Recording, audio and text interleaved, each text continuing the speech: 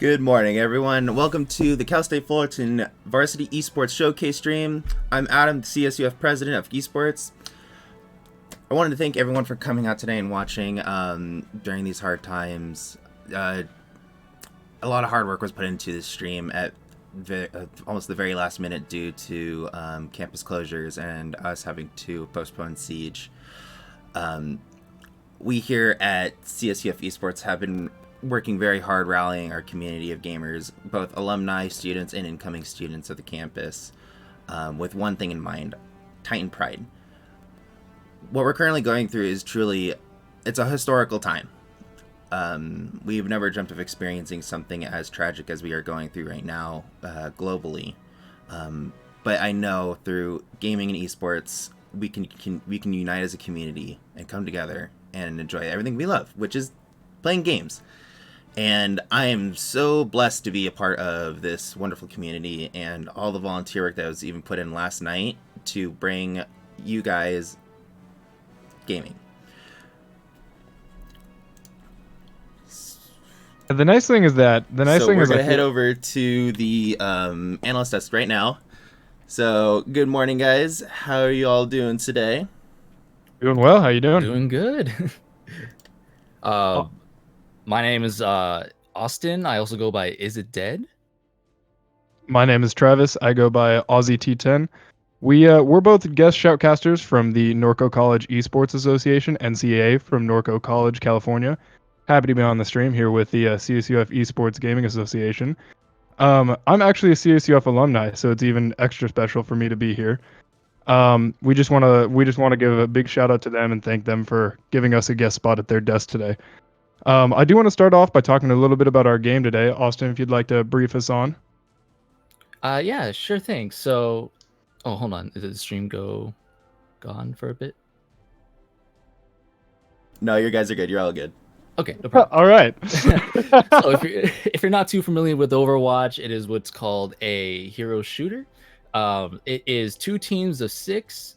Both every single character chooses what the game calls a hero. Every hero has different abilities that the teams must use in conjunction with each other for more effective team play, better team combat, different strategies, as well as you're going to want to change your strategies per map as the 2 teams compete with each other to complete a specific goal on different maps. So there's different game modes such as things like combos. So you have to gather yourself and push a payload onto the end of the map, or you have to stand on a point and capture the point. The more players you have on the point, the faster you capture it. If the enemy team is also on point, you cannot capture it. Same goes for payload push. If the enemy team and yourself are both on the payload, you cannot push the payload. Speaking of maps today, we do have a map rotation. Now this map rotation is the official TESPA map rotation. So we're going to be going through a few different maps that each team gets to pick. After the first map, which is going to be Lijiang Towers, we're going to have losers pick, which is going to be a variation of 3 maps. And after that, it's also going to be a second losers pick for another 3 maps. Our competition today is going to be a best 2 out of 3 for the CSUF Esports Association versus UCLA Esports.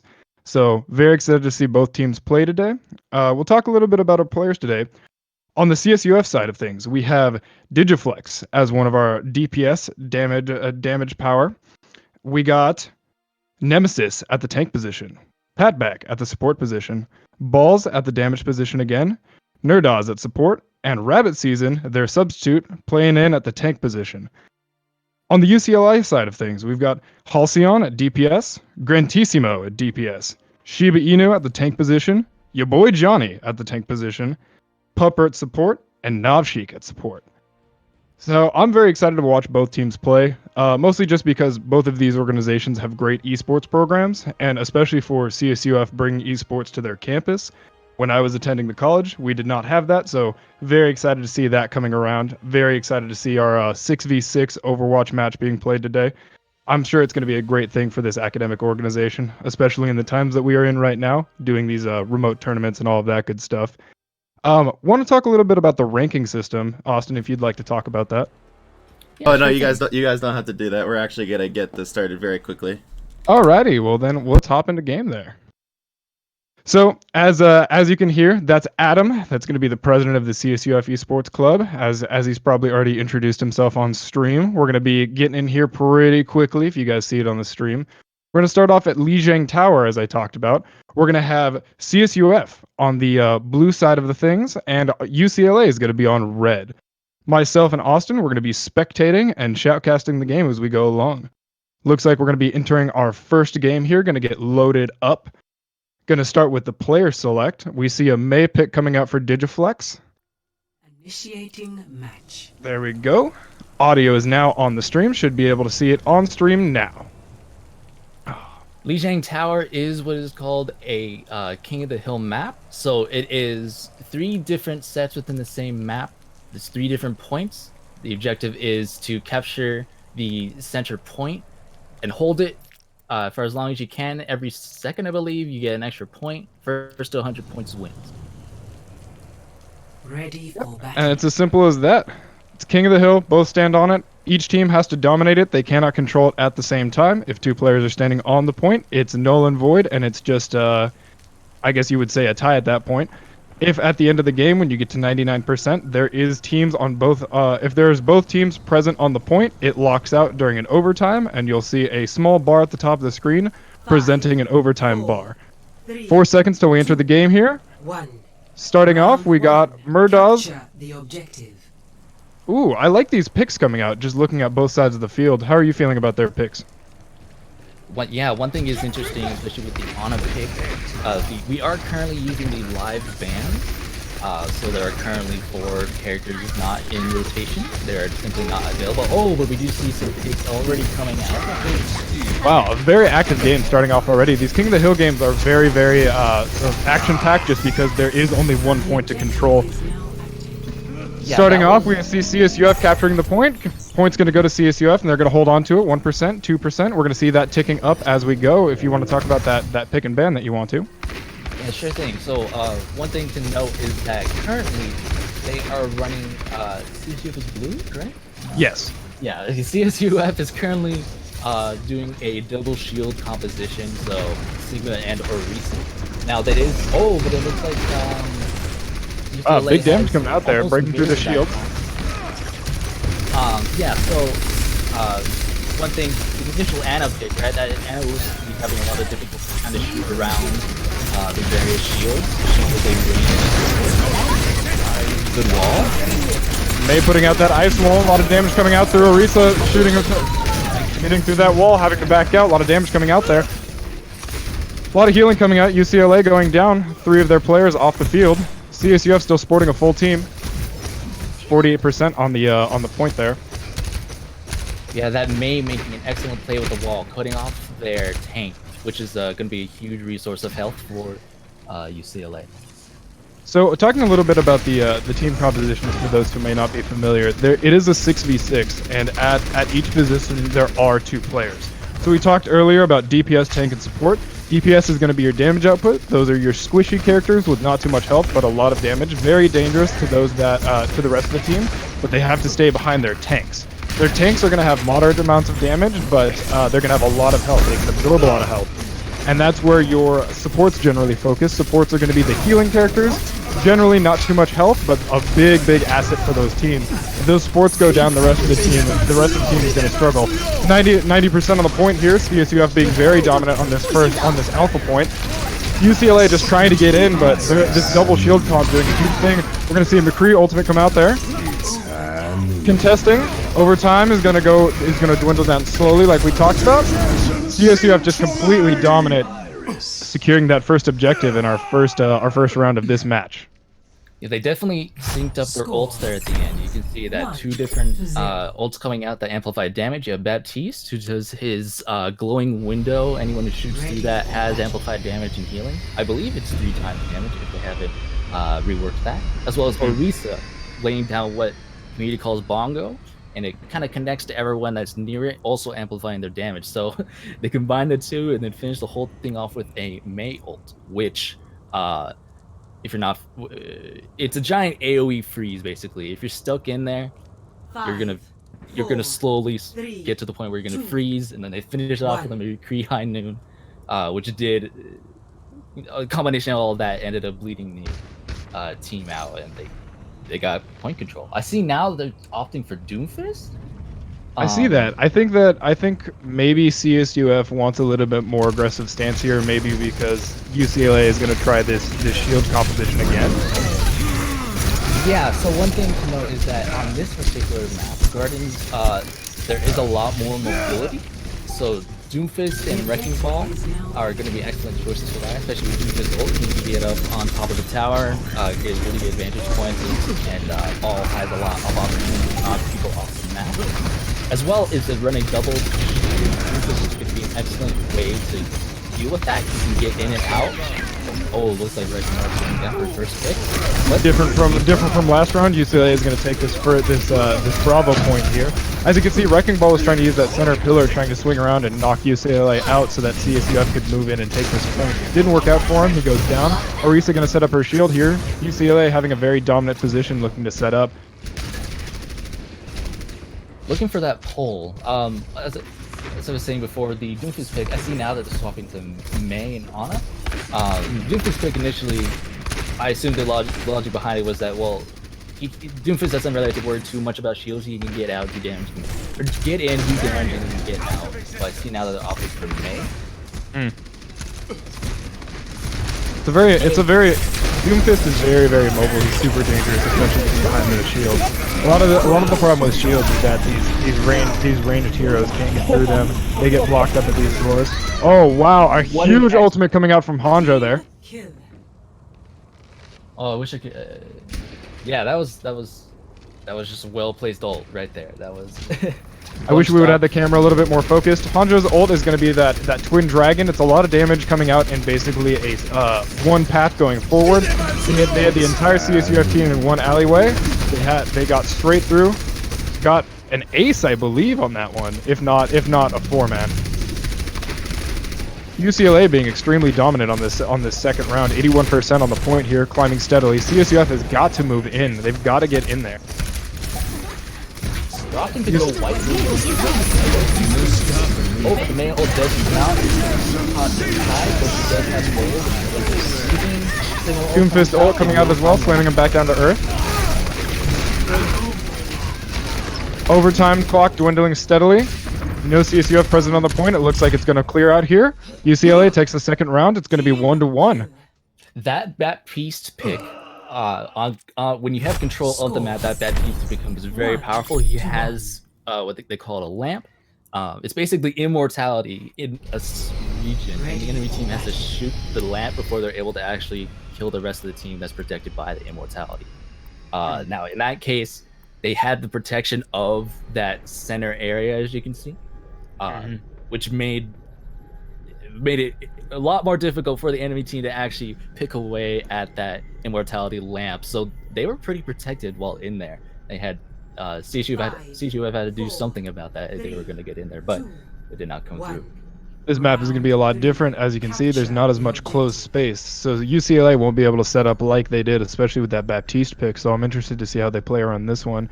It looks like both sides are going to continue with those same picks, but we're going to see Orisa come out on the side of CSUF. Looks like they're going to be trying to set up that shield and that turret damage. The Junkrat as well.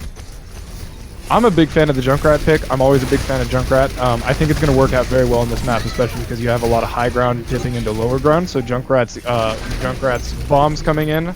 He's got that arc. It's going to come down and do a lot of damage, especially on the side of CSUF. CSUF has a lot of squishy characters right now. They do trade even. However, one was a tank. A lot more damage going out to CSUF. May goes down. We're going to see a lot of damage coming out on the side of Baptiste for CSUF. UCLA holding the point, 4%. They take point Charlie. UCLA looking to push out the point, pushing CSU back towards their spawn. That Baptiste window comes out, and they got that shield going as well. That's a lot of damage, 3 times.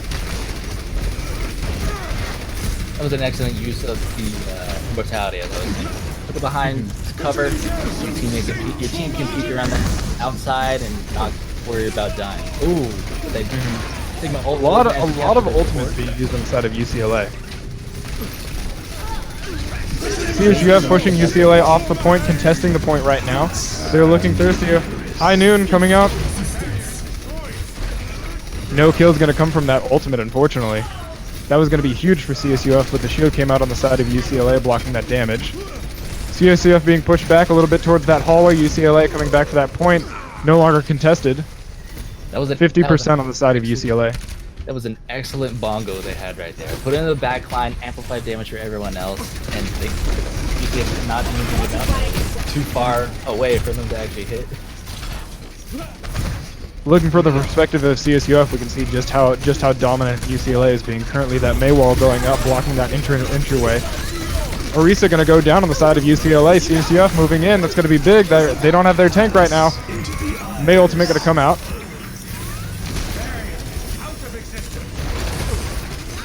Another May wall blocking that entryway. UCLA getting a little bit fragmented here. CSUF having to back off. How do you feel about UCLA just pushing CSUF backwards instead of staying on the point? It is actually I would and Junkrat ultimate coming around from the side, gaining two of theirs from taking down two of the CSUF players. And that's going to be it. UCLA takes the first game 2-1. Pushing back to that point does actually make it a bit more difficult. It creates a choke, so both teams now are forced to fight through this choke. It is a bit more high rest for UCLA, who is pushing it. If they do lose one, CSUF does have spawn advantage, and they have to back off of that. We can check out that Hanjo ultimate that we missed a little bit earlier. You can see going straight away that just taking out all of CSUF in one go. What a great use of that hallway and that choke point. Yeah, he saw they were all bunched up in there, and he said, "I have Vault all there. I'm just gonna press Q and win this fight for us." Let's take care of business. I'm liking it. As you can see, CSUF very dominant in the first round, but UCLA coming back very strong, taking that first game 2-1. Like we talked about earlier, this is going to be a best 2 out of 3, and that is one game, those 3 rounds. So we'll be seeing game 2 here shortly as they get set up for it. Going to be the same players, maybe the same heroes. I'd be surprised if we saw a variation, just because that seems like it is the meta for the time being. Yeah, it will be interesting. One thing to know. Oh, we are now receiving that the next map will be King's Row. That is a combination map. I can't remember the name. So they have to capture the point first. The attacking team has to capture the point first, and then they have to push a payload to the end.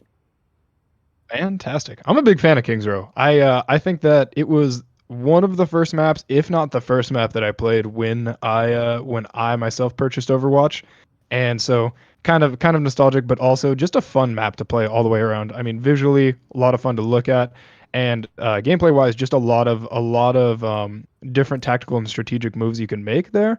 And I'm a big fan of payload, just because that does give a moving objective, and I think that brings a lot more. Oh, how do you want to say it? It just brings a lot more tactics to the game, just because the point is not stagnant, so you can't do the thing UCLA did where they set up on the point and create a choke point. The objective is always moving. Yeah, we will probably see switch up of tactics. There's a bit more range play that one could do, so we might start seeing more snipers of the sort. We're getting word that it will start in about a minute. So yeah, wonderful. Let's talk a little bit about our players today. I know I introduced them by their usernames, but I do want to identify these guys by their actual names, just so they get the recognition they deserve. We're gonna have Matthew Dalby on the side of CSUF. His username Digiflex. His position Damage. Kevin Guan. He's not with us today, unfortunately. His username Yuhao. He was gonna be our tank today, but subbing in for him is gonna be Kyle Chung on the tank position. Username Rabbit Season. Andrew Juarez. He's going to be at the tank position, username Nemesis. Patrick Koch, username Patback at the support position. Kyle Nguyen, username Balls at the damage position. And Alex Juarez, Nerdoz at the support position. That's our CSUF team. On the side of UCLA, we have Bradley Chargulov, I'm sorry if I'm botching that, Halcyon, Grant Carroll, Grantissimo, Rintaro Matsuka, Shiba Inu, John Wakowitz, your boy Johnny, Justin Rickett, Pupper, and Naveen Sheik, Nav Sheik. We're getting in now. We're starting the game. Looking at King's Row, we're assembling the heroes, getting our first picks in. 25 seconds until we start. You think we're gonna be seeing more picks like Widowmaker, that sort of a thing for the that pick off DPS?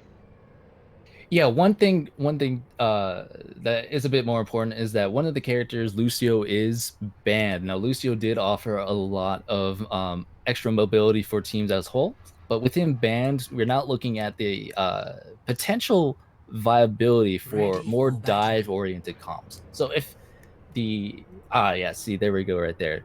UCLA no, they switch sides. UCF opting for the double sniper pick, looking for more Attackers range out of incoming in 30 their entire seconds. comp, mirrored or not mirrored, rather, by UCLA choosing uh, McCree, May, looking for most likely much more close-up team fights is what they're trying to go for right now. While we got 10 seconds remaining, let's just talk about the picks. You've got Novshik on that Zenyatta. You've got your boy Johnny on that Orisa. Shibi Inu. Oh, we're gonna be getting in here. 1 second. Sorry about that. Didn't realize the stream was gonna skip forward. Starting with objective A here, we're gonna have CSUF on the side, on the red side, and we're gonna have UCL on the blue side. Just flipped from the last match. Just keep that in mind. CSUF moving wide, keeping tight. We're going to see that shield comp coming back in again. That blue square is going to be the point. So CSUF is going to be moving towards that, setting out those shields, pushing UCLA back into that corner. That Maywall coming out, not going to be able to save him. UCLA moving back through that hallway, trying to come around, maybe get a flank on the side of CSUF. Maywall coming out, blocking out that damage. We're going to see contesting right here. One thing I did notice is that the Baptiste for the side of UCLA did burn their lamp, their immortality, very early. So going into the fight for a prolonged period of time, they did not have that ability up. See now that they are pushing up, creating some space so that they can put someone on point, and that point can push up for free, get free space for it, unless they do go down. Yeah, so talking about payload, the way payload works for those who are not familiar with it is there's a central objective that's a cart. Every time that you have a person on the cart will move. If there's nobody around it, it will stay stationary. The more people that you have on the cart, the faster it moves.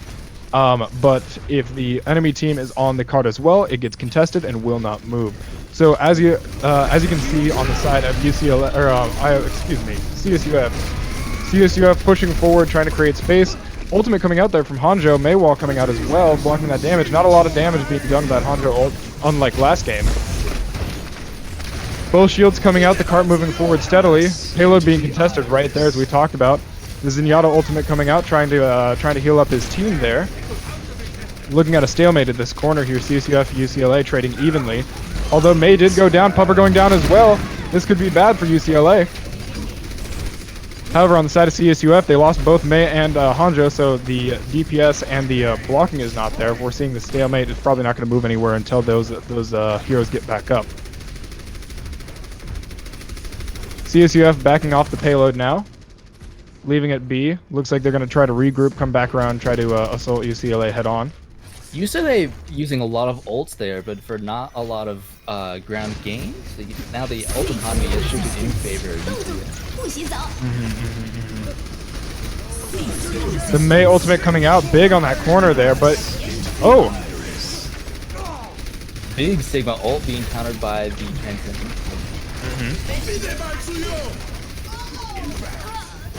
This corner being a huge battleground. Not a lot coming out. Oh, excuse me, no. UCLA, four of their heroes going down, one left. Shiba Inu, the last one alive.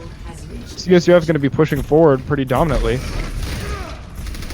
And that bar you see at the top, for those who aren't familiar, that's the progress bar. So the point is where the red line ends, and the end of the bar as a whole is where the game ends at that red point.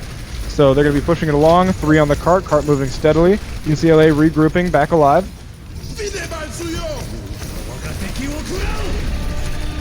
Big ultimate coming out from Hanjo again, but not nobody going down to it.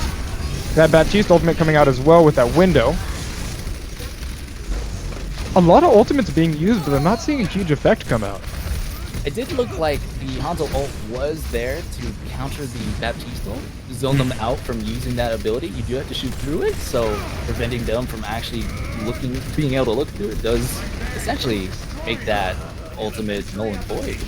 Can't use it. Fair. Ultimate for ultimate, null and void, neutral outcome.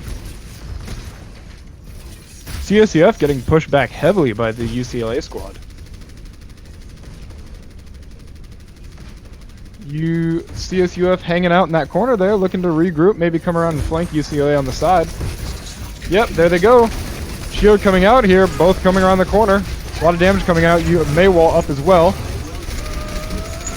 CSUF playing it very safe, hiding around that corner there, not looking to take damage. I think CSUF is just waiting to get a couple picks on the side of UCLA before trying to end this game. Yeah, ult economy is rather low for both teams. They are about to have May ults. They're about to gain a couple, but however, Baptiste ult does come. For those of you watching at home, take a look at the top of the screen next to the hero icons. You can see their ultimate charge level. If it has a check mark, that means it's ready. CSUF losing a couple of their heroes there. Nemesis Balls and Rabbit Season going down. Nemesis and Balls getting back up. Rabbit Season still out of the game. An excellent whole high noon combo by these. CSUF seems to be playing very, very cautiously right now after a pretty brazen start to this. Getting that starting off with that 4-man push, or I'm sorry, that 5-man push with one back on the payload. That Baptiste ultimate coming out on the side of UCLA, doing a lot of damage through there on that corner. The May wall coming out, trying to block out some of that damage. CSUF losing 5 of their champions here. 5 of their heroes. However, now their ult economy looking rather good. Absolutely. Expect them to turn the corner and press Q. Like we said, for those of you watching at home, take a look at the top. 5 of the 6 on the side of CSUF have their ultimates ready. That's going to be super powerful coming around this corner, engaging this fight. We're going to see a lot of ultimates coming out. The May ultimate coming out on the side of UCLA, freezing CSUF in their tracks. They're going to lose Nemesis. Nemesis is going to go down. Rabbit Season as well. Pat back losing a lot of health quickly. Digiflex going to go down as well. Ball's going down as well. It's going to be 5 of their 6. Nerdaw's the only one remaining. Nemesis is going to get back up. Rabbit Season as well, but not going to be able to do much. UCLA being very dominant on that corner there. UCLA holding that position so firmly. I mean, especially now that they're on the payload, pushing it back slightly. Forgot to mention that as part of the payload, if there are no heroes on the payload from the attacking side, the defenders can get on the payload and push it backwards. Hanjo going to come out with an ultimate there. High Noon coming out. No kills for that High Noon or that Hanjo ultimate. Huge Sega ultimate. Now we're gonna see all the rest of the ultimates come out. Oh, another huge. So many ultimates going on. Zenyatta ultimate with some healing. Wow, CSUF making quick work of UCLA there, taking out 5 of the 6. CSUF looking to push it all the way to the end. 5 on the cart. Bongo. That might the fact that the CSUF might not have been able to actually or CSUF having that bongo up might have actually turned the favor for them. Absolutely. And the payload so close to the end here. 1.37 meters left. They need to get this. They need to get McCree off the point here if they're trying to block out damage from the spawn of UCLA. Wrecking Ball doing as Wrecking Ball does, stalling the point, but it will not last long. CSUF taking the first round of this game 2. As we talked about before, UCLA is still up 1-0 in the games. However, CSUF taking this first round. But remember, the last match, they also took the first round, and UCLA came back, swept 2 to take the game overall. We're gonna assemble our heroes again. I'd be surprised if we saw any different picks. Mostly just because that was a very back and forth match. I think that the picks were good on both sides. It was just a matter of the ult economy and both and some of the picks. Just not picks in terms of the hero picks, but more of the picks somebody getting out of position and getting picked off. Not a bad hold either. 25 seconds on the clock. That's a pretty good hold if I do say so. Absolutely. No, I think that was very well. UCLA did a great job, especially on that final corner, just holding out there so strongly, especially with CSUF's brazen moves in the first part of the match, pushing all the way up the map, especially with that 5-man push, the one on the cart. UCLA held out really well, but unfortunately a couple of their guys got picked off, and once you break that composition, it all kind of breaks down. Timing, balancing, as well as ult economy is very important. Ultimately, I think that fight came down to who pressed Q first. Yeah. And as well as like saving abilities, right? So you got to keep track of, oh, is the May wall up? Does Baptiste still have his immortality? Like, how safe are we to protect ourselves against the enemy's ult? Swapping sides now. We're gonna see we're gonna be seeing UCLA attacking and CSUF defending. Halcyon did pick Widowmaker initially, but swapped over to McCree. Unfortunately, I was hoping to see the Widowmaker pick. CSUF doing a lot of damage to UCLA here, but the healing coming out, not able to drop any of their heroes. This Orisa shield is incredibly strong on both sides of the field. Both Mei walls coming out as well. Both Orisa and Mei doing just huge tactical moves there. I mean, altering the face of the map pretty entirely. Yeah, the double shield is going to prevent a lot of play for snipers, which is probably why they stopped off, and why Mei continues to be dominant. She has received nerf after nerf, and she is still very strong here. UCLA getting pushed back here. CSUF doing a great job of holding this first control point. Like we said, it is a combo map, so UCLA does need to take this first point before they can start pushing the cart. It looks like they are moving in towards the square. Taking it at 65%, CSUF has to push back in. That Mei wall coming out, center of the point, contest coming out as well. A Hanjo ultimate coming out on the side of CSUF, not doing a whole lot of damage, but it will break up the UCLA squad. CSUF losing people there for the 6 going down. Balls and Nerdaz still alive. Excuse me, Nerdaz is alive. I couldn't tell if that was on purpose, but that Mei wall on the side of UCLA was excellent. It completely blocked out and removed their ability to use that Baptiste ultimate, which prevented them from getting damage out, and it essentially made them waste an ult. So you're talking about the blue Mei wall that went in behind the CSUF squad, correct? Yeah, it was sitting directly on top of the Baptiste ult. They could not use that Baptiste ult at all. I hope that was intentional, but even if it was a coincidence, I still think that was a great use of that ice wall. Excellent pull combo. That was beautiful. Wow, huge damage coming out there. A great use of that ultimate. CSUF pushing UCLA back very heavily.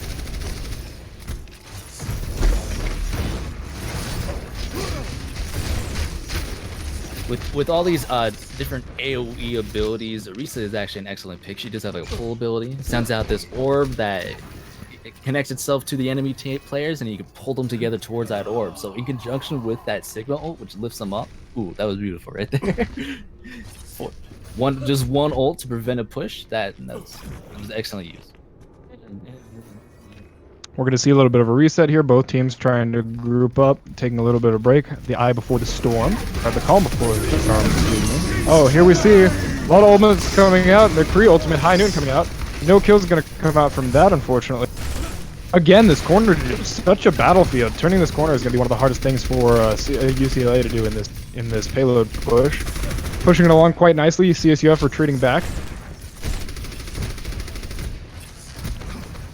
I think CSUF is trying to set up a choke point here, and also CSUF has that Mei ultimate up and ready. So if they get a choke point and they can get that freeze out, that's going to be huge for them, stopping that UCLA push. They've got to stop this momentum. Like I said, the Mei ultimate comes out in that corner, locking up a fair amount of the UCLA squad. CSUF doing huge damage, but trading back to back. 3 down on the side of UCLA, 4 down on the side of CSUF. Just trying to hang on. UCLA doing huge damage to CSUF, now being able to push the cart forward even more. CSUF has to stop UCLA's momentum here. Once again, that ult timing comes into play there. You see the Mei ult and the Baptiste ult coming out on the side of UCF, which ultimately gets the Baptiste ult that came out later in the fight after all the other ultimates were burned out, swayed that fight in that favor.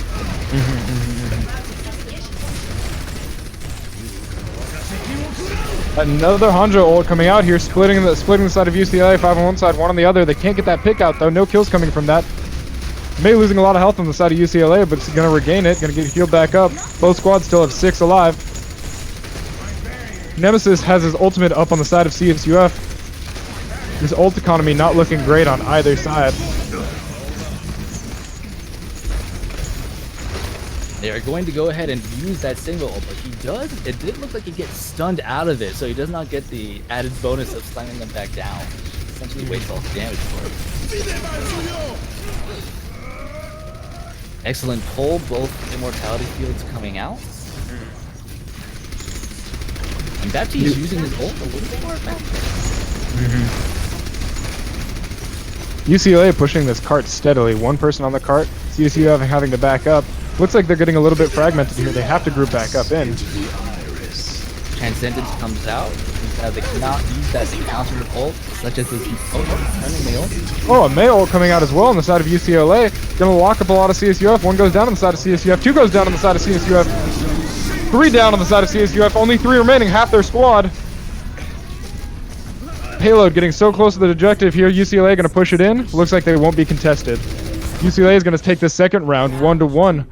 It's looking like a redo of the first game as CSUF takes the first round again. UCLA coming back, responding, taking that second round as well. Switching sides. That Sigma getting caught out from the Mail, that was big right there. He was a bit too far pushed up. They took advantage of that by segmenting him off, ulting him, and just getting him out of there. So, UCF ends up losing their tank for that fight. We're going to swap sides again for this third round here, 1-1. This will be the deciding round, the match point. Going to be looking at our hero select here. 5 seconds left on the clock. Ready for battle. Alrighty, looking at our picks again. It looks basically like the same comp. We're not seeing any new picks. Looks like they're gonna be sticking with the meta both sides. UCLA won the Attackers first. incoming. CSUF won the first round. UCLA won the second round, and UCLA took the first game. So it is sitting 1-0 overall. This will be the deciding game on 2. Yes, potentially match point. This could be match point if UCLA takes this round. This will be they'll be taking 2, and that's the best 2 out of 3. 5, 4, 3. 3 seconds left on the clock here. 1. Attackers incoming. So they're almost mirrored except for their supports, it looks like. Oh wait, no, they are completely mirrored. An interesting mirror, especially because I wouldn't expect this composition to work as well both on attack and defense. So I'm curious to see why these are the picks. I mean, it does seem meta, and these shields are huge, but I'm not sure that I like this McCree on the side of the defense. 30 seconds remaining. And again, it's another side swap. So UCLA is going to be defending again this round. CSUF is going to be attacking.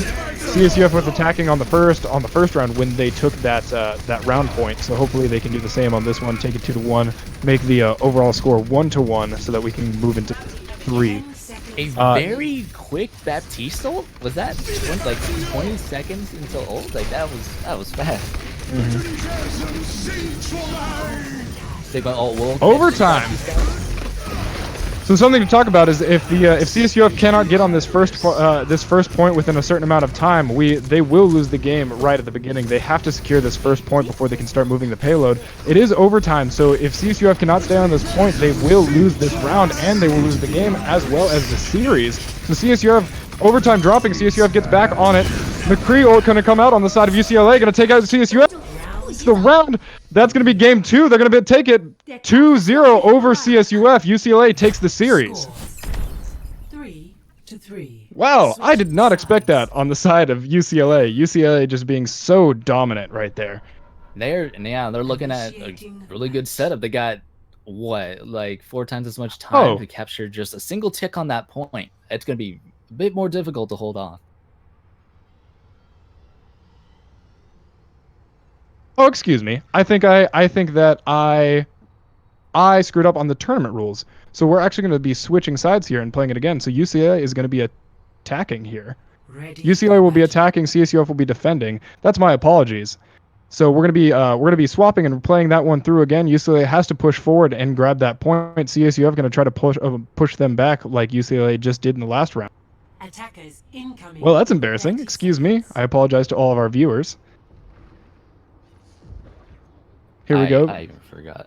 Yeah, CSUF is going to be setting up here. Looks like we're not going to see a mirror pick like we saw earlier. Navshik's going to take Mercy, and Halcyon's going to take that Widowmaker. I hope they stay on that. Pupper going to be on that Ana. So and Grantissimo going to be on that Hanjo. So it is going to be a little bit of a different composition coming out from UCLA for the attacking side, unlike the mirror match that we saw in the last round. Attackers incoming. If they don't swap, it does look like they might go for a bit more of a dive-oriented comp. A lot more damage. Oh, they did swap over now. Halcyon's going to take that McCree. Pupper's going to go on that Baptiste. Grantissimo taking that Mei, and Navshi going to that Zenyatta. Looks like they were trying to look to see if they can get a few quick picks at the very beginning with that Widowmaker, but when they saw that they were around that corner, they just went off of that.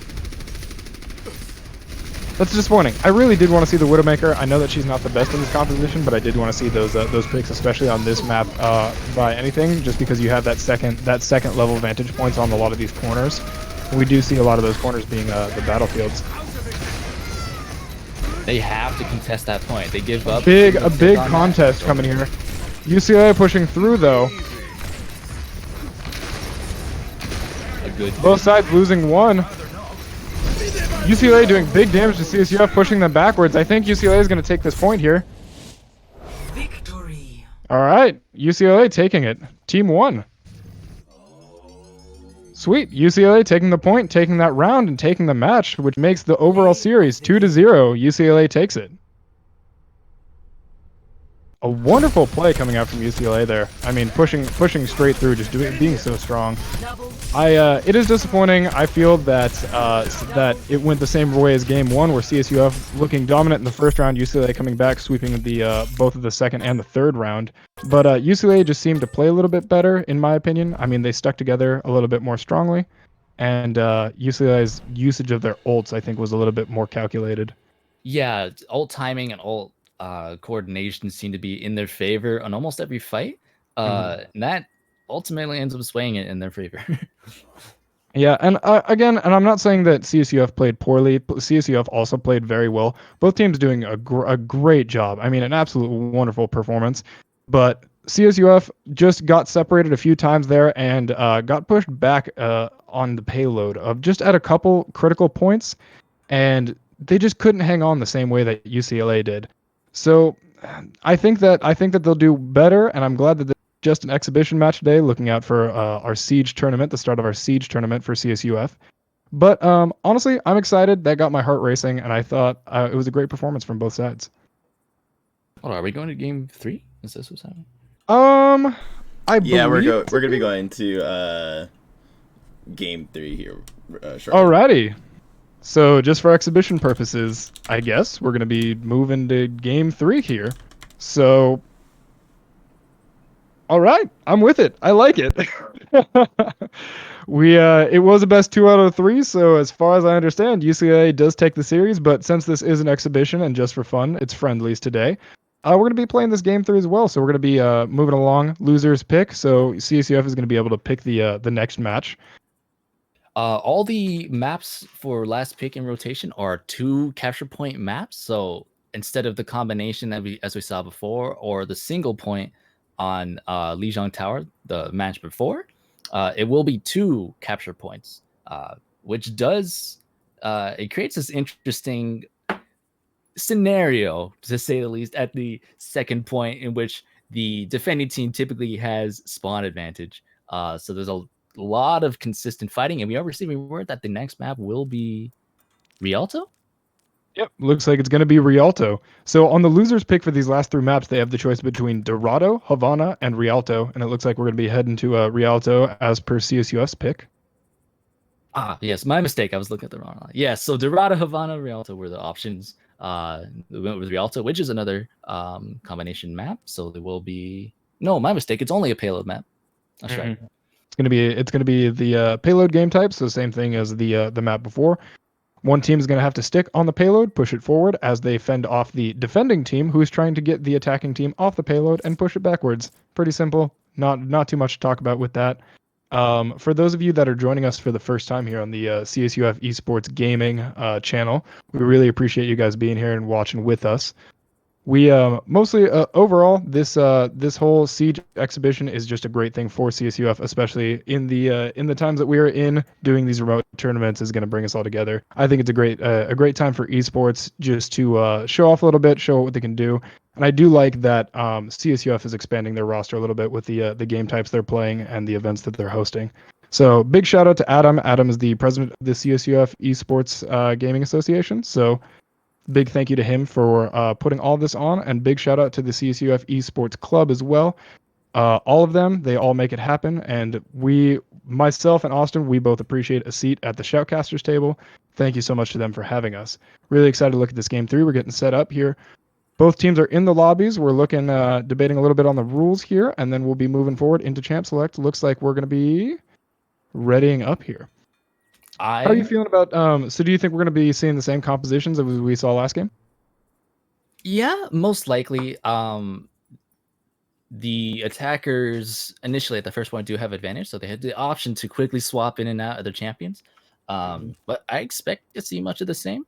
Arisa Pole being definitely a threat at the very beginning, just because there is a lot of potential.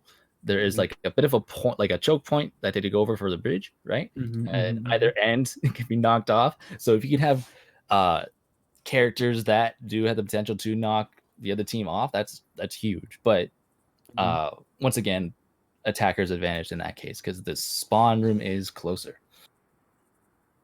I gotta say though, Rialto is my favorite map. Is it really? Why? Yeah, I don't know. It's just fun to play on. I always have a good time on that map. It feels like a nice balance, you know. It's combination, healthy balance of open areas and chokes. Looks like we're going to be starting here on Rialto. 27 seconds left clock for hero select. Looks like we're going to have CSUF on the blue side, UCLA on the red side. I do like it when they're switched, just because UCLA does have blue in their colors. CSUF not having red, but closer to the school colors of orange. Yeah, I think orange, white, and blue. I think my mind synonymously like connects the two together. So yeah, like, no, absolutely. It's UCLA, right? No. Yeah, absolutely, which is unfortunate in a game like this. Man, I wonder if maybe in the future, if sports takes off even more, teams could pick a custom color. I'd love to see that. Oh yeah, team like college esports skins, because they do have Overwatch does have the Overwatch League is their own division of professional esports. So there's different teams for it, and every single one of them does have their own specific themes, colors, and uniforms, and in an effort to support the players and rally community behind the different teams.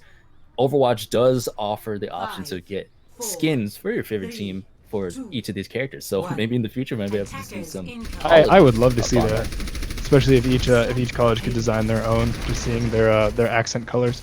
All right, we're starting the game here. CSUF going to be trying to hold UCLA back here. UCLA going to be on the side of red, pushing that attacking on that payload, trying to push it forward.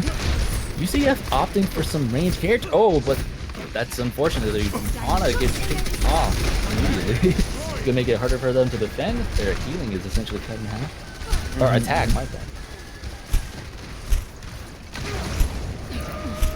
Looking a little fragmented here. UCLA splitting off, not staying as tight as they usually do. CSUF in that wide open quadrangle there, trying to hold on. But both of these shields are just creating a choke point right here in this alleyway. But there is that opening of the building on the left side, looking at our viewer screen right now. UCF making good use of that ash pick. I think that is an excellent choice when you get to the more open area towards the back. Mercy can just pocket that ash and she gets free range, assuming the rest of her team can actually create space, which might be what the Doomfist is for. Doomfist gets up close and personal. They have to deal with him immediately, allowing the more ranged characters to pick them off from far. So looking a little bit at our champion picks, we do have Digiflex on that Ashe. That's going to be one of our DPS champions, and Patback sitting on that Mercy. So Mercy is one of the more classic characters, I should say, for Overwatch. She is a pocket medic, likes to stick really close to the team. Interesting. UCLA going to be sitting on the second story here, grouping up tight, doing a lot of damage, especially with that ultimate coming out there, those shields. Once their tank went down, they had to back out of there. That was. And again, we're seeing a four-man push with 2 men on the cart pushing it forward. Bob coming out. Alrighty, we're gonna see a choke point here at this archway, at this underpass. Oh, Doomfist coming out with a meteor strike here, trying to do some big damage. Wow. Huge. That was catching all the meta guard. Wow, UCLA losing 4 of their 6 heroes. CSUF doing huge damage. Good job on the side of CSUF. Pushing back that cart now, sitting on it, pushing the payload backwards. UCLA looking to respawn and regroup, trying to come back strong here. They're still going to be in this this open quad area, which is going to be hard for harder for CSUF to defend. It looks like UCLA may be trying to set up on the first floor as opposed to the balcony like we saw earlier. High Noon coming out, gonna pick off that Ana. CSUF losing 4-5 of their 6. Only 1 remaining. He's losing health very quickly. He goes down as well. 1 respawn, but CSUF nowhere to be seen. UCLA working through them very quickly, pushing that payload forward. UCLA pushing forward very heavily, trying to catch CSUF off guard, I believe, but seemingly leaving the payload alone. Now 2 joining back up on the payload, pushing it forward. They're doing the same tactic they did before, where you have your frontline members create space so that you can push the payload through. Well, and I do want to point out that we saw CSUF doing that on the first round last match, but now UCLA is responding by doing the same tactics. Balanced as all things should be, I guess. And I think that one thing we got to watch out here for is I know in a lot of public matches at least people will leave the payload. Now these teams are a lot better than your average Overwatch player, and they communicate a lot better, especially because they are in their team communications. But they got to make sure that they aren't leaving that payload alone. That Hanjo ult going to come out here, going to go straight down that center, going to block up, or it's going to separate CSUF. Not going to get any kills though, unfortunately. Balls goes down, Nerdoz goes down, Patback goes down, Digiflex goes down. Rabbit Season's going to go down as well. CSUF looking to get in trouble here. UCLA pushing forward, being so dominant, pushing through CSUF there, taking 5 of their 6 down. I don't think, yeah, okay, I see that they swapped off Ana. I don't think Ana was the pick there. Ana had to contest with both shields, which prevent her from both doing damage and healing her teammates, and as well, her ultimate, which essentially powers up one of her teammates. Not necessarily synergistic with her comp. Maybe you could put it on her and get some more consistent damage out. Oh, but big league ultimate coming out from it'll find 2. Very nice. All right. UCLA losing 4 of their 6. McCree hanging on. Halcyon goes down as well. 5 of their 6 going down. CSUF picking off a lot of their players. Great play coming out from CSUF, pushing back, stopping UCLA's momentum. But yeah, no, I agree. I don't think the Ana pick was appropriate. And for those of you joining us at home who don't know this game, Ana is both a support, a healer, but she uses a sniper rifle to do so. So to connect and make that healing happen, she has to have both direct line of sight to her team, and for damage, she has to have direct line of sight at the opposing team. And so for a comp like this, where you're seeing multiple shields coming out, it's going to be extremely hard for Ana to do what she needs to do. We're going to see CSUF's Rabbit Season going down. They lost one of their supports. They got to play it safe now. High Noon coming out on the side of. No kills coming out for the McCree High Noon there, unfortunately. Another kind of fight turning High Noon on that point. I don't know if that was just unfortunate timing on the Arisa shield, or if they deliberately tried to wear down that shield so that Arisa could not protect herself from that. Big choke point as we approach the final checkpoint here. UCLA is sticking together, trying to stay on the card as much as they can. Hanjo coming out, splitting up CSUF there, splitting them two on one side, 4 on the other. A lot of shields coming out. That May ice wall coming out as well. That Sigma ult finding 3 but not getting any of them. That's gonna be that was a good save. Both sides not having a very good ult economy. Zenyatta does have his ult. Zenyatta could potentially save a lot of his team with that ultimate. I think he'll save it for counter another ult, but there's still a lot of time. Oh no, he will. There we go. Transcendence coming out right there. Zenyatta proving us wrong. He's right away. UCLA staying 5 on the cart, pushing it forward. Gonna push it towards the last checkpoint. 3 on the cart, 2 on the cart. Less than a meter left. Contested. And there it goes. UCLA taking the first round point for that match. Taking the first round on Rialto, pushing CSUF back, Score. being extremely dominant for that round. Switching sides. Very nice. Very good plays coming out from both sides. UCLA just being a little bit more team conscious right there at the end, pushing through that choke point. I thought they were going to have a much harder time with that entryway, that doorway there, approaching that last checkpoint. That McCree pick ended up being that decided the fight several times. The high noon finding a pick on, especially on a tank, losing all that health for that team. Yeah. For those of you that know Overwatch, I feel like a lot of people try to use McCree maybe in a public server or custom games with their friends to try and pick off, 2, 3, 4, maybe even a whole team trying to do huge damage coming out. But really, McCree's ultimate, that high noon, it just has to find one person to take the foundation out from underneath these compositions. And like I said earlier, once one person falls, your comp has to move back. They can't assault like they do. You can't win a 5v6. And so I think that the McCree pick, very, very good, especially in that last round. I'm happy to see No May. Yeah, I'm excited to see No May as well. So we're not going to see the 5 come out, or those ice walls as well. Looking at our picks on the side of UCLA, we have both the McCree and a Hanja. Stop the payload. Junkrat though, huh? Yeah, a Junkrat pick as well. Yeah, Digiflex picking that Junkrat, gonna be shooting a lot of them balls out. Speaking of balls up as well on that McCree. He's losing his health, gets healed back up. Like we talked about, those McCree picks are going to be big. We're going to see McCree on both sides of the field. Halcyon on the side of UCLA and Balls on the side of CSUF. This quad is just such a choke point here. CSUF has to push through it. They may adopt the style of UCLA last round, where they went up on that balcony as a full squad.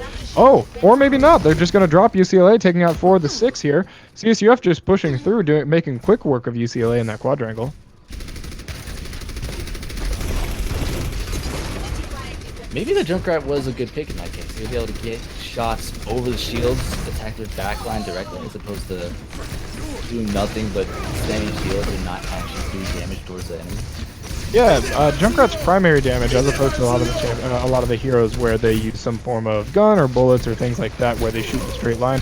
Junkrat lobs these explosive projectiles. So I think that CSUF saw the shield composition and expected the shield composition from UCLA, decided to take that Junkrat just so they could lob some damage over and not have to work through the shields, more so work over the shields. One thing I have noticed, and now this may be as a result of the current hero bans, currently Zarya, which is a tank, is banned, and she doesn't have shields. She has essentially protective bubbles. She can bubble a teammate and it absorbs damage. Junkrat ultimate coming out here, fire in the hole. He's gonna find 3! Hanzo, Zenyatta, and Sigma going down on the side of UCLA. CSUF doing huge damage with that Junkrat. What a good pick. Digiflex going down to that Junkrat, but taking 3 before he does. I think that's a great trade, 3 for 1. Key picks coming out from both turns. We get the McCree ultimate getting important picks on their team. Hanzo ultimate coming out. That McCree ultimate coming out as well. Like we said, high noon. Oh, the Zenyatta Transcendence coming out too, trying to hold on. CSUF getting a lot of damage taken out. Orisa getting close to dead, but gets healed back up. CSUF staying healthy. UCLA losing 3 of their 6, half their team remaining. That Sigma ult actually kind of working against them. It actually raised the McCree up and give them a better line of sight of the team to actually get the kill. But it didn't matter in the end. The Zenyatta ultimates, the correct timing Zenyatta ultimately kind of weighed in right there. So Sigma raising the team up while McCree was using his ultimate. That gives McCree a better line of sight, especially over those shields. And so, but that Zenyatta ultimate coming out at just such a key time. Now, the Zenyatta ultimates, I think we've been overlooking just a little bit. I mean, they are powerful, but we haven't been mentioning them much. That AOE heal just to help out a team there. Zenyatta is one of the more classic healers, and I think he's the right pick for both these team compositions right now. You can see Navshik and Nerdos both taking him. Excellent use of Bongo, unprotected Bongo. They managed to amplify and push him back. I can see now they're actually also swapped with a Junkrat. How effective it was.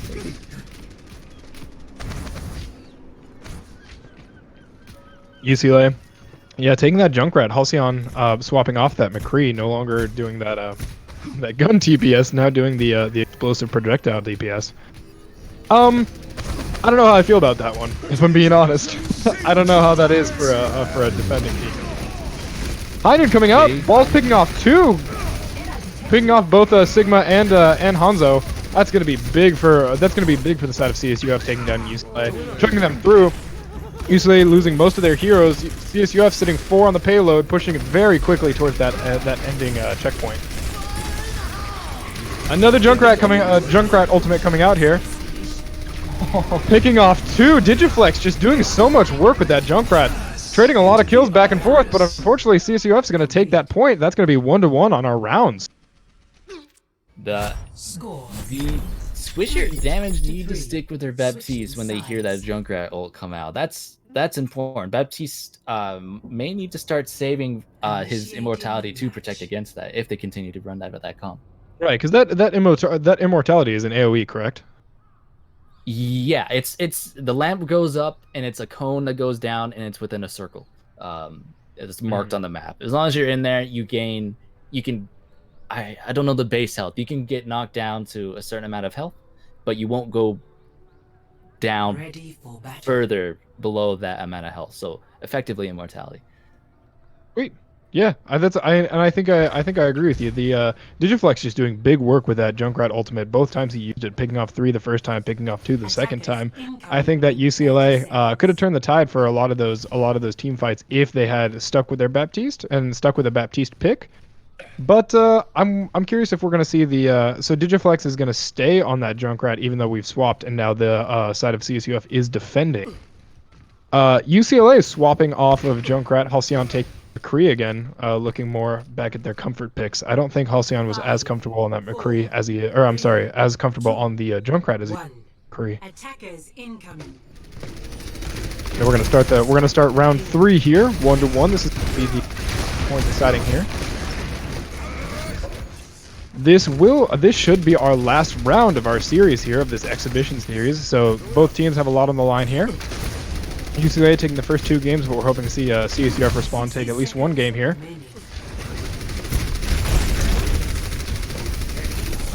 Moving towards that quadrangle as we did the last 2 matches. We're gonna see Mortality coming out early. If they're able to get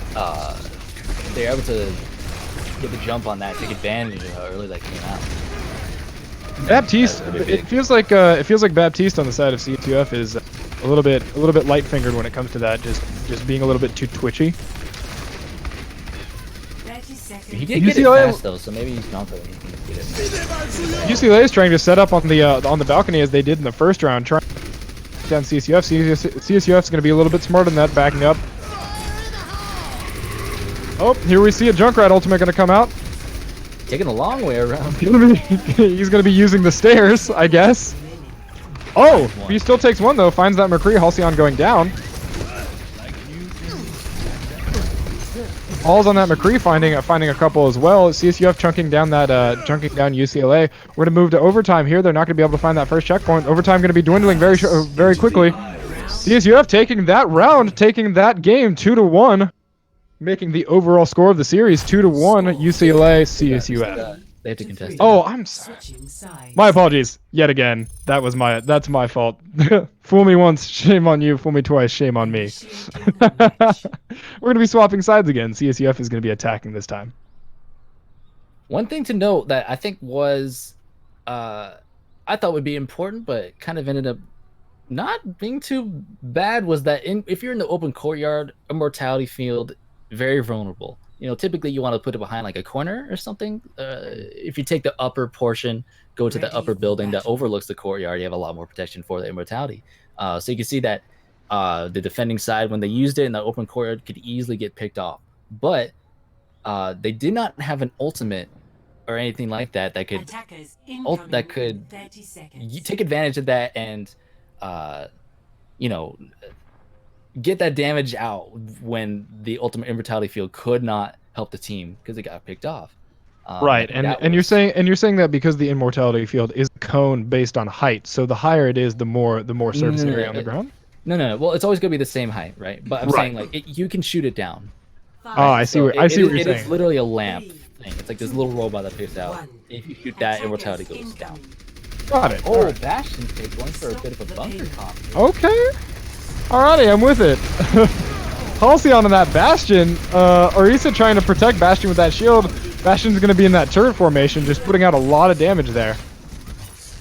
He's going to have to back up off of that balcony. I think that UCLA was looking for a pick-off comp right there, trying to do some big damage at the beginning, but they're not going to be able to find that. They're going to be pushed back towards that courtyard, towards that first checkpoint. May and Sigma ult are going to be very important here, as if to get rid of that Bastion, May might be able to lift him up, allowing the rest of the team to shoot him as he'll be lifted up over the wall. CSUF dropping really low there, but UCLA not able to find those picks. CSUF's going to have time to heal back up there, but UCLA is pushing that payload backwards. That Junkrat pick again on the side of CSUF, just throwing out projectiles there, trying to fill up that courtyard with explosives. Well, they are not up. No, they are. Oh, powerful combination. That's useful and Bastion all not coming out. Oh, Bastion ultimate coming out, but not being able to do much. Bastion gonna drop down there. Bastion gonna go down. Navshik, Halcyon going down as well. UCLA losing a lot of their heroes. CSUF doing the same. Only half of their team remaining. So close to this first checkpoint, they have to push it on there. They only have well, they do have a minute 54 left though, so they have quite a bit of time to push that last 49 meters.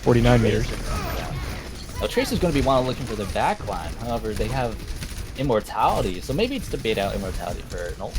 It might have also been that they were trying to get back to the point quickly because they thought they were. High Noon once again going out. High Noon picking off one though, like we talked about. You only need one. Oh, and we're seeing a Tracer pick from Halcyon on the side of UCLA. How do you feel about that? Like I was saying, right? It might have been because they thought they were going to hold the point, so they're trying to get there as fast as they could. Interesting immortality. That looked like an immortality from Spawn. So close to the objective. 2.45 meters remaining. Oh, CSUF's gonna be able to push it on to. Oh. 60 seconds left to push it less than half a meter. There they go. They're going to take that. Team 1 taking it. CSUF going to take that game. Overall series 2-1. Yeah, the Tracer pick and the Ana pick on the side of UCLA. Not sure that's the best thing for the defense right at the end there. That's just a hard defense right there. Oh, here we see a replay of the Junkrat ult. Oh, such a good triple kill coming from that Junkrat ult. That was such a good ultimate. I love the way he used that corner there. Yeah, so that was just a tough defense. Such a close point, so much time in the bank for the offense. That would have been hard to hold. Oh, absolutely. Oh man, so wonderful play. Give us 1 second here. So with these online tournaments, we are running multiple streams. Since the score right now is 2-1, we're going to talk to UCLA here real quick to see if they want to continue with the series or if they want to take it back, relax, and just end it right there. So just give us 1 minute. Feel free to just keep chatting. Okay. I guess Austin and I have a little bit of time here to talk about the things that we want to. Who is your favorite hero?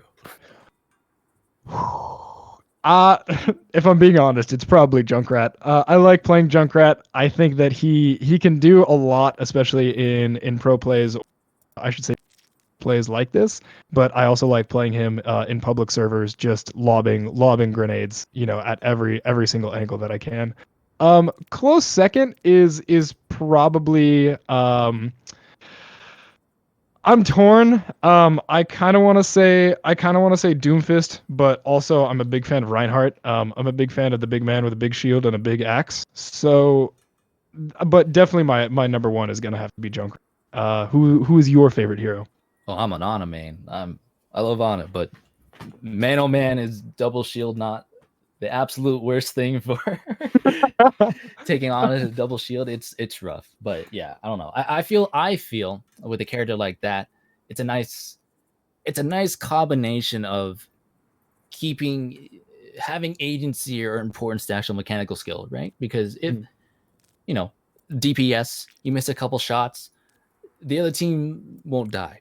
But you do have 5 other players on your team that might make up for the slack of you missing your shot, right? Ana, you miss a shot, your team dies.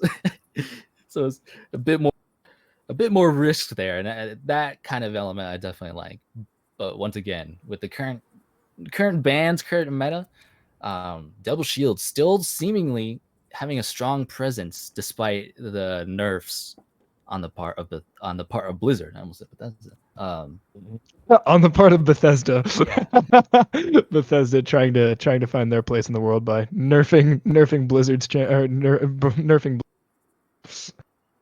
Yeah, I mean the double shield was huge for many seasons, and Blizzard, in an effort to kind of quell that, brought out a lot of nerfs for shield champions, decreasing the health of shields, increasing the time between when you can put the shields up and down, changing the stats of the characters themselves. But it might be, as I said before, it might be a sign of the actual bans on right now. There's no Zarya, so you don't get that cleansing ability, which means CC might be a bit more of an issue, right?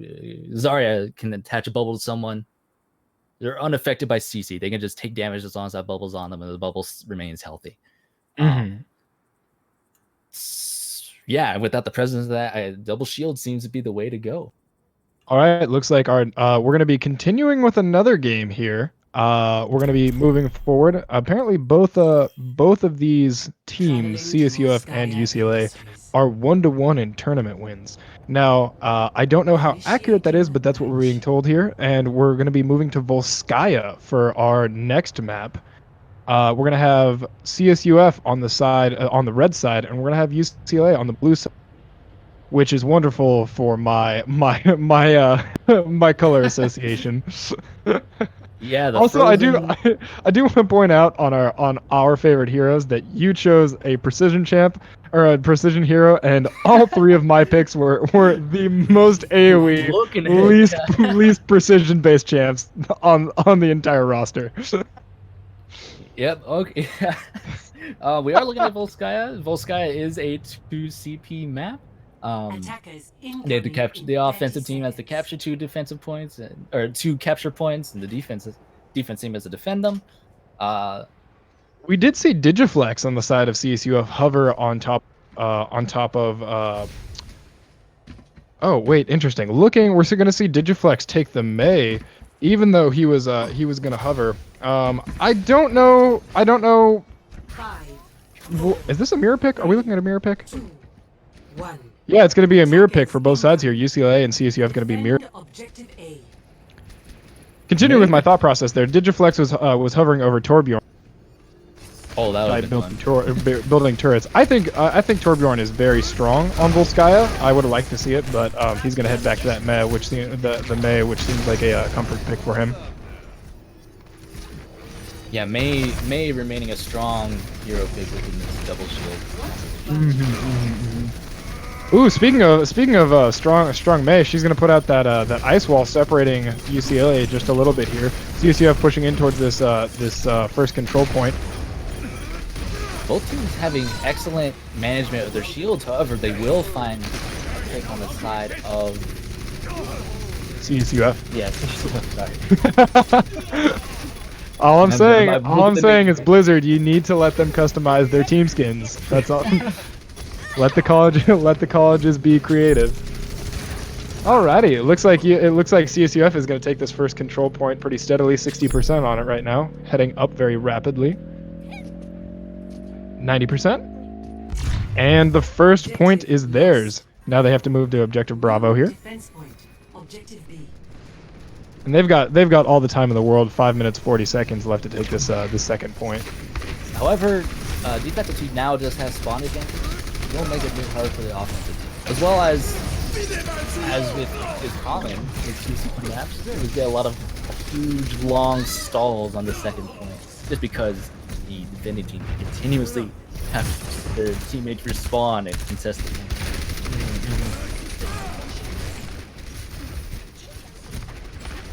How many ults did we see there? There's a bat. Looks like they used a bat cheese ult for the defensive team. I think we only saw really excellent ult economy. CSUF seems to be hoarding them right now. To come up as well and try to do a 6-man ultimate. Maybe not. We're gonna see Balls using the high noon here. And then, well, wow, a lot of ultimates coming out there. Transcendence coming out as well. May freezing everybody in their tracks. CSUF moving. Oh man. Oh, another May ultimate coming out on the side of the defense. UCLA. CSUF moving very rapidly onto that point, but it's being contested by UCLA.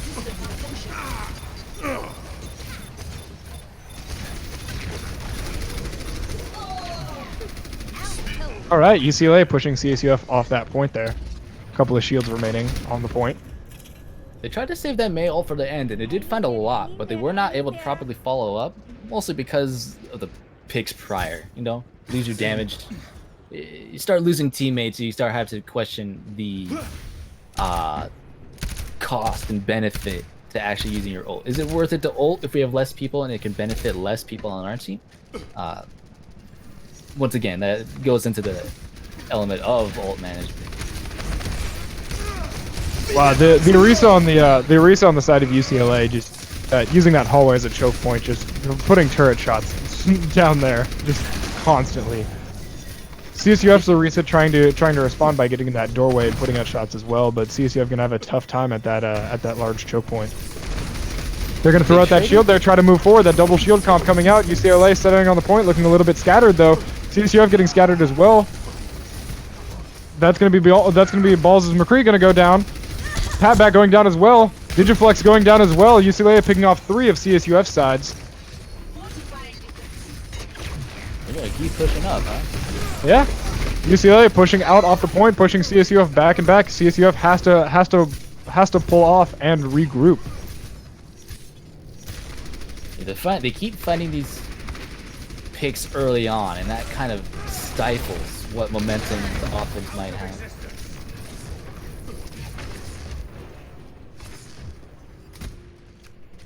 CSUF maybe biding their time, trying to get their ult economy up, trying to get multiple ultimates so they can push through this choke point. They're having a tough time, UCLA holding that very, very firmly. Maywall coming out early, now they cannot use that to counter any other ult. CSUF getting fragmented yet again. That May ultimate coming out, trying to freeze them in the cracks. The Transcendence coming out on Zenyatta here. Sigma ult coming out as well. So many ultimates being used.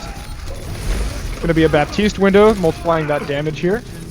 Ooh, that's rough. Balls going down, but 3 going down on the side of UCLA. CSUF. High noon on the side of UCLA, but Halcyon's not gonna be able to complete it. He's gonna go down. Wrecking Ball's gonna go down as well. UCLA struggling to keep this point. CSUF pushing forward. Oh, excellent wall. 97% on this point, but now it's being contested by UCLA's Wrecking Ball. McCree gonna find that Wrecking Ball, and they're gonna take that second point and take the round. That round point's gonna go to CSUF. The interesting thing you always see about 2 CP maps is that typically on the second point, the defending team will swap to a much more mobility-oriented, movement-oriented composition so they can quickly get back on that point and stall it. Even if you're not going to completely remove and wipe the defending team, you're going to want to stall the point out as much as you can to lower that actual time bank if in the event that they do end up tying it and going to a third round. Somebody in the Twitch stream comments saying reverse sweep, rooting on the side of UCLA. Ready for battle. We have seen a couple of reverse sweeps from UCLA. CSUF taking the first round in the last two games, and then UCLA responding by taking the next 2 rounds. Hopefully that won't go the same way for. Hopefully CSUF can hang on with this 2 capture point map. Attackers incoming in 30 seconds. Yeah, full sky. We're looking at a beautiful mural of Zarya. Yeah, I'm not familiar with the lore. I don't know if she's from Full Sky. She is Russian, but hopefully Overwatch 2 will delve a little bit more into that. Oh yeah, I've heard. Yeah, that's something we haven't talked about yet. Overwatch 2. How are you feeling about that? I feel like it's a very it's the way it should have been named, but hearing the name Overwatch 2, it felt a little anticlimactic. I'm interested about the lore. Overwatch 1, not necessarily going too much into it, or concentrating on the gameplay. I'm interested to see where it can go. Yeah. Well, getting off lore, starting our second round here. UCLA going to be attacking on the blue side. CSUF defending on red. The Torbjorn pick. Yes, Torbjorn. Digiflex on that Torbjorn. He hovered that last round, but now he's going ahead with it on this round. Royal Waters in the chat. Notice me, please. Hello, Royal Waters. What's up, Roshan? You're seeing a nice rotation. I always love seeing that when you do a nice turner swap. They do a nice little switcheroo and go right around. I just want to point out, UCLA is a big fan of getting the high ground and grouping up. See, I'm see if they can do something with this. It'll be hard to get the turret into a different spot. It'll most likely just get picked off, like immediately from the defensive team. I don't know if it's necessarily worth it. Oh, but they do find a pick. Halcyon goes down on that. McCree, a lot of their DPS dropping out with that then. They're going to find Pupper as well. CSUF doing big damage here to the side of UCLA. UCLA trying to fall back. CSUF sitting on the point.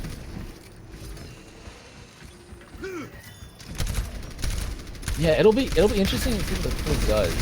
You know, typically you want to put it somewhere that has visibility but is protected. You know, but yeah. Is it worth it to dedicate rope shield just to protect that single turret? We'll see again. I don't think the turret's doing enough damage output right now currently to justify it. I think that the sacrificing your 2 shields for the sake of the turret rather than not a smart move. Now we see UCLA rotating back around. Transcendence coming out on the side of CSUF, protecting that team. CSUF going to push UCLA off that point. They're not able to secure it. Excellent ult management. The Baptiste ult came out on the side of UCLA. They just hid from it. They turned the corner, said we're not going to deal with that. Waited for Transcendence and the McCree ult to push them back at the end of it. Excellent use. Waiting for a little regroup. I wonder. UCLA only having a minute 25 to get on that point. They have it 46.6% secured, so they only have about halfway to go. But they are getting pushed back all the way towards their spawn there. CSUF doing a great job of holding them off. I think each round that they play, CSUF has looked a little stronger each time. I guess, well, they did. Oh, the high noon on the side of UCLA finding 2. Big Sigma ult coming out as well. CSUF is going to get cleared out there. UCLA is going to be able to take this point. I guess it does make sense to see McCree. If you know that they're going to run Sigma, right? I guess it makes sense to run McCree. You can make their Sigma ult a bit of a double-edged sword. You know, they lift you up. Potential for you for dying is now increased, but it does give you a height advantage. It can give you better visibility. Use their ult against them, especially if you pick off the Sigma. Sigma has to time. The Sigma who casts ult now has to time his ultimate with his damage absorption. I don't even know if we can do it at the same time. I think. Oh, big rock coming out. That's gonna stifle the run. You have to protect the Sigma because now that high noon's might potentially take him out, or the Sigma has to hide from him. That's I now see why that's being used. CSUF doing big damage to UCLA here. Orisa on the side of UCLA going to find CSUF's going to clear them out. CSUF's going to be able to move back to the defend them. Yeah, talking about that again, the double-edged sword of the Sigma ultimate. I mean, I think it's kind of smart, mostly because if nothing else, it's almost indignant because if Sigma ult, McCree can ult as well and say, well, if you're going to take me, I'm going to take you with me. Exactly. So I like it, and I see why we've seen Sigma and McCree being a pretty standard pick on both sides, both Balls and Halcyon being on that high noon character. We're definitely going to see now the matchup between whether or not it's not between the Torb and the Mei. You see, Mei obviously going to have a lot more. Double shield coming out as well. Sigma ultimate too. Transcendent's going to come out on the side of CSUF, trying to protect his team. UCLA finding a lot of damage taking down that Torbjorn. Torb dedicating his ult to prevent them from using that Baptiste ult, and then having to force to use a Transcendence to counter the Sigma.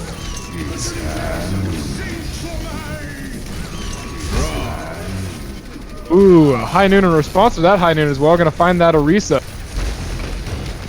But Ball's going to be picked off by Novshik as well.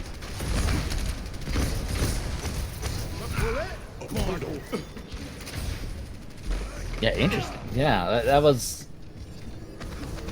It's always You hate to see it. Alrighty, Novshik proving to Novshik taking his place as the more dominant Zenyatta. Support on support violence. Oh man. Yeah, I was saying it's always interesting. 60 seconds. We're seeing F's in the chat for that Zenyatta.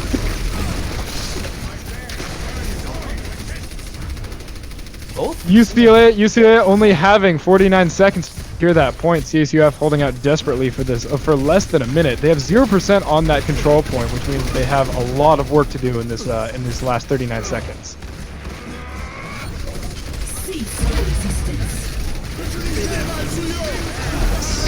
Oh man, Sigma ultimate coming out for UCLA here.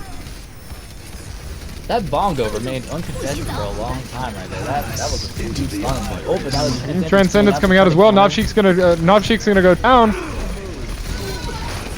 Orisa's gonna go down as well, but Halcyon's gonna find Balls taking out the other McCree. Sigma's gonna find the other Sigma. Halcyon's gonna find Sigma as well. They're gonna be contested here. Last 5 seconds remaining. We're gonna be moving into overtime here. But Mei doing Mei. But Orisa doing a huge amount of damage here on the side of CSUF. Ball's gonna find that time very, very quickly. There it goes. It's gonna be Team 2. Congratulations to CSUF for taking that second round and taking that match. So out of the 4 games we've played, it is now a 2-2 tie. I wonder if we're gonna be moving into a fifth game for a best of 5. Experience tranquility. There's that Transcendence countering that Mei ult. With characters like Zenyatta, it's very easy for them to be relegated to, okay, well, my ultimate's simply going to counter another ultimate. That's my job. But in that case, that was exactly what had to be done there for that final hold. Alrighty, checking out our chat with Adam here. Adam is the president of the CSUF Esports Association. Well, looks like we're gonna be moving into our last round game. So I guess we're gonna be doing a best 3 out of 5 here instead of a best 2 of 3, which is fine by me. We're sitting at 2-2 UCLA and CSUF Esports. If you're just joining us, we're gonna be moving over into a tiebreaker King of the Hill map. We're gonna figure out which map it is right now. Alrighty, as you heard from Adam, we're going to be seeing King of the Hill for this last and final match. We saw King of the Hill on the first game, and that's when they were pretty dominant with those Hanzo ults, and especially setting up with that dual shield action, creating those choke points and protecting themselves. I don't think we're going to be seeing much difference in picks, especially because this double shield comp is going to be so strong for that King of the Hill and controlling that point.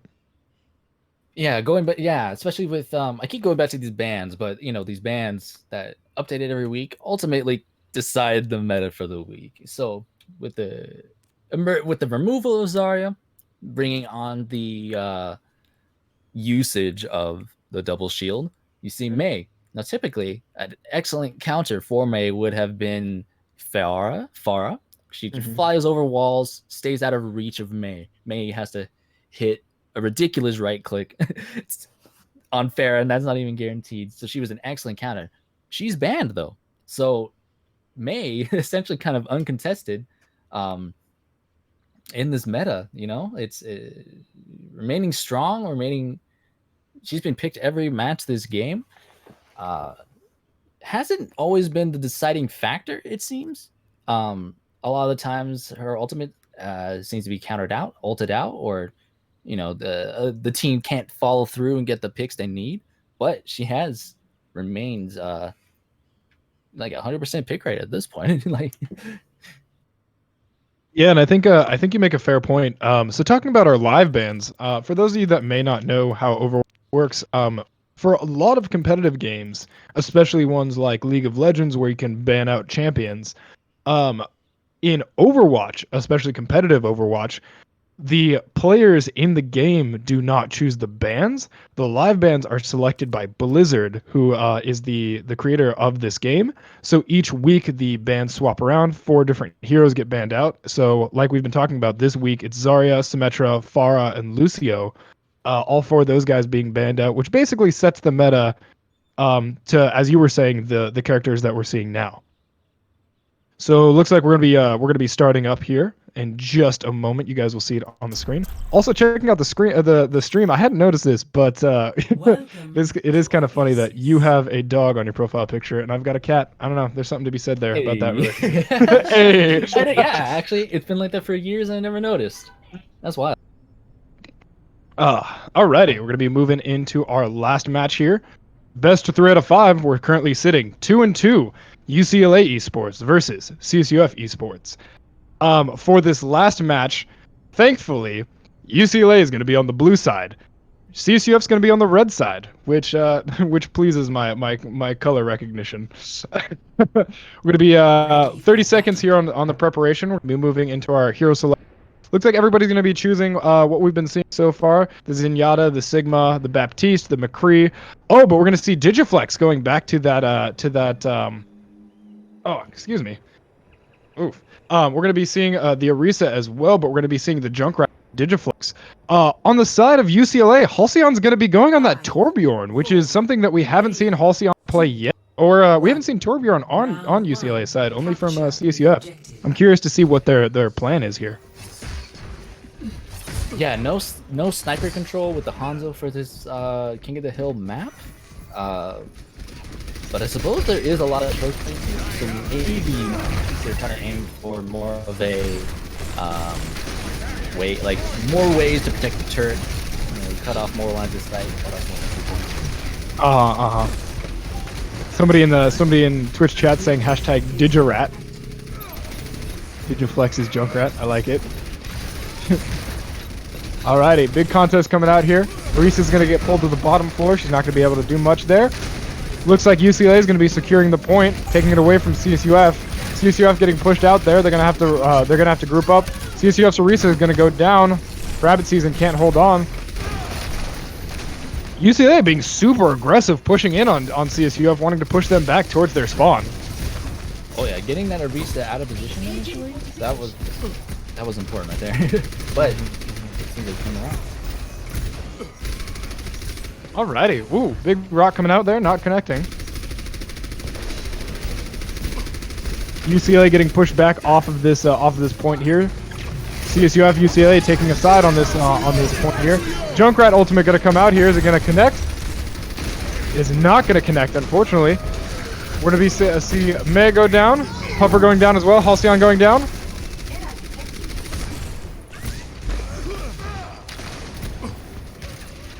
CSUF pushing straight through, pushing UCLA out back towards their spawn point. CSUF is going to be taking control of that point. We're going to see 20% on the side of CSUF, 33% on the side of UCLA. Yeah, ult economy looking really good for CSUF right now. Maybe contest. They can easily contest the Sigma ult. Which means they have to rely on the other ultimate. unless the Zenyatta is forced to use that ultimate or whatever. UCLA looking like they're going to try to flank this this CSUF squad here. Zenyatta's Transcendence coming out. Both Zenyatta's at the same time. CSUF going to be using the free ultimate. UCLA going to be pushing in off of that second story like they've been doing before, taking that high ground. That Torbjorn turret going to be sitting at top, not going to be able to do much though. It's going to be protected, but not have a line of sight on the CSUF team. Actually, that seems to be a good spot for a Torbjorn turret. Oh well, there it goes. As soon as we acknowledge it, that's the Shoutcaster curse. It was a good way to prevent the other team from kind of looping around and taking a side approach to it. You know, remove the possibility of a squishy flanker coming around and can't deal with that turret alone. Zombie 800 in our Twitch chat. What are the colors for the teams? I'm colorblind. Well, CSUF's going to be on the right side of your screen. They're going to be red side, and UCLA is going to be blue on the left side. CSUF controlling this point pretty steadily. UCLA having 33%, but not having control of the point. They're trying to take it back now. Overtime clock starting. Going to get reset. Also getting uncontested bomb though. That's going to be big.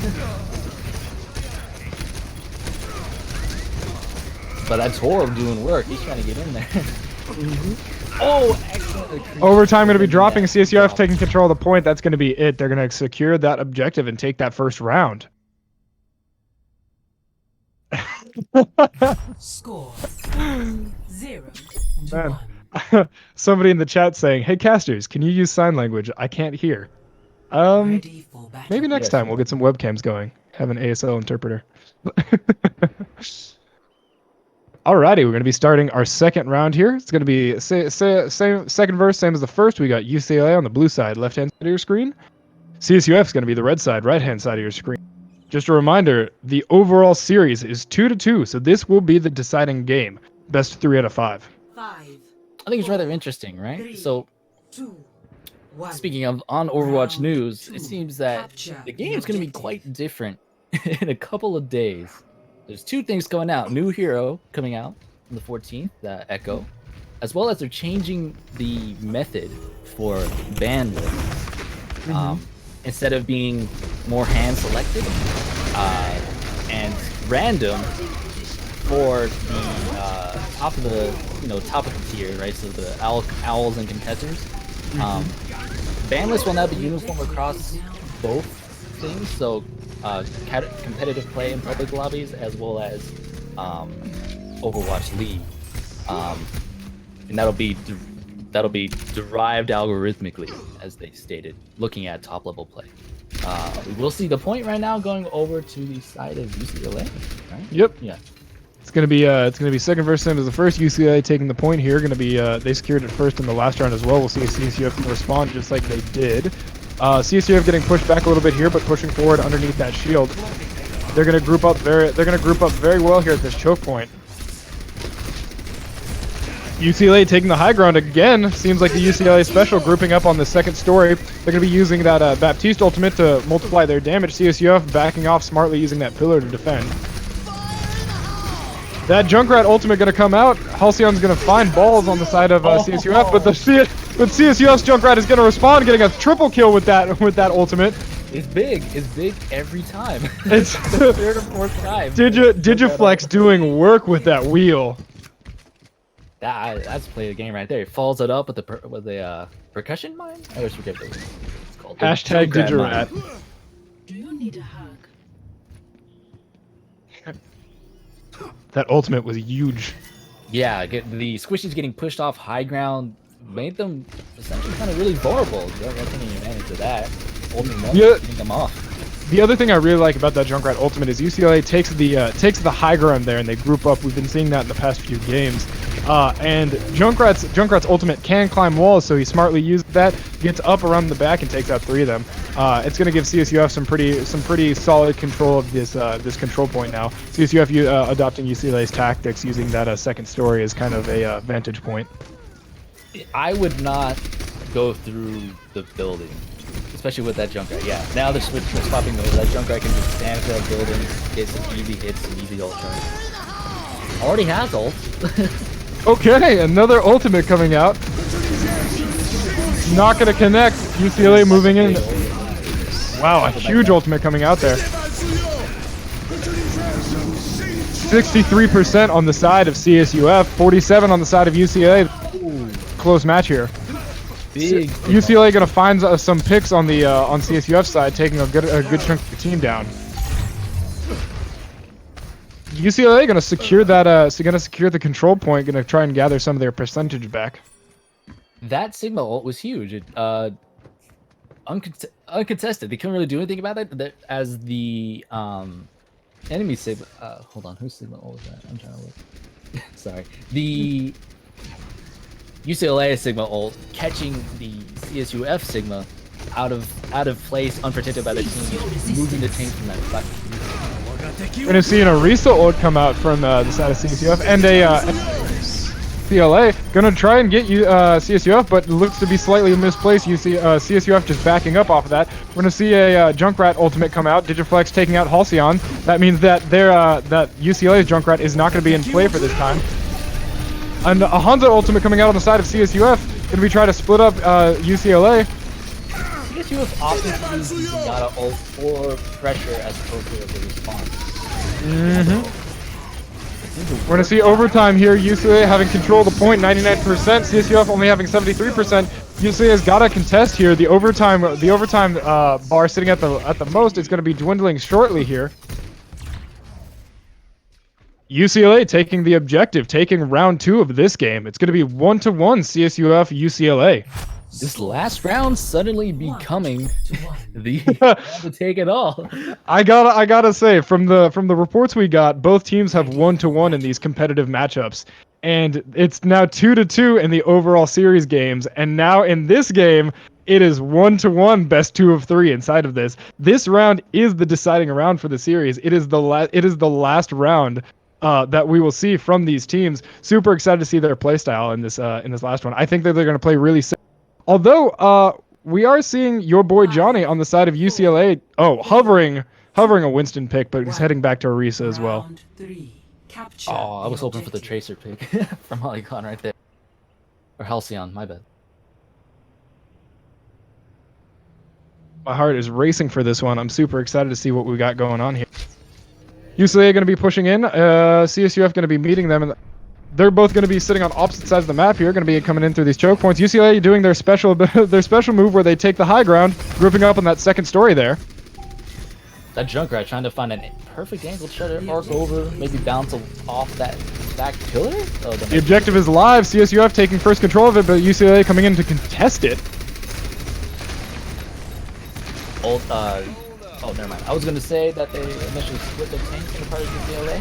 So they're protecting their squishy recruit. Now they're back together. Some intense contest going on here. Both teams obviously know what's at stake with this last match on the line. CSUF going to take control of this objective here in the last round of the series.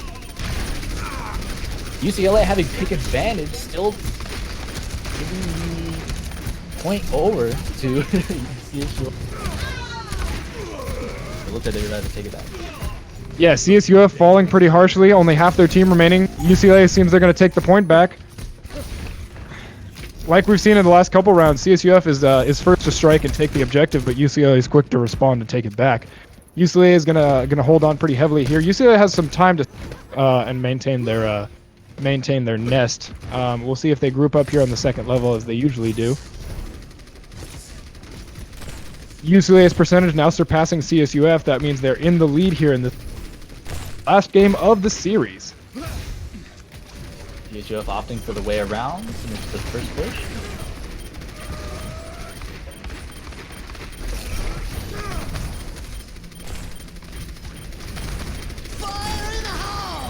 All right, a Junkrat ultimate coming out on the side of CSUF. Is it going to connect? No, it's going to get destroyed. That's going to be huge for UCLA. That Digirat ultimate has been huge in the last few rounds. As soon as it comes out, we're going to see a Sigma ultimate come out. Going to hold him up. McCree not going to use his ultimate. That's actually huge on the part of CSUF, getting that Sigma out, leaving the tank. Losing these UCLA using that Hanzo ultimate. CSUF McCree gonna find the UCLA McCree. That's gonna be a lot of their damage gone, but Hanzo's gonna find the CSUF McCree, a lot of their DPS now. Gujarat gonna find the Zenyatta on the side of CSUF. Interesting choice to use Hanzo there. I would have maybe saved that, but I suppose they do need this point, so it does make sense a little bit to.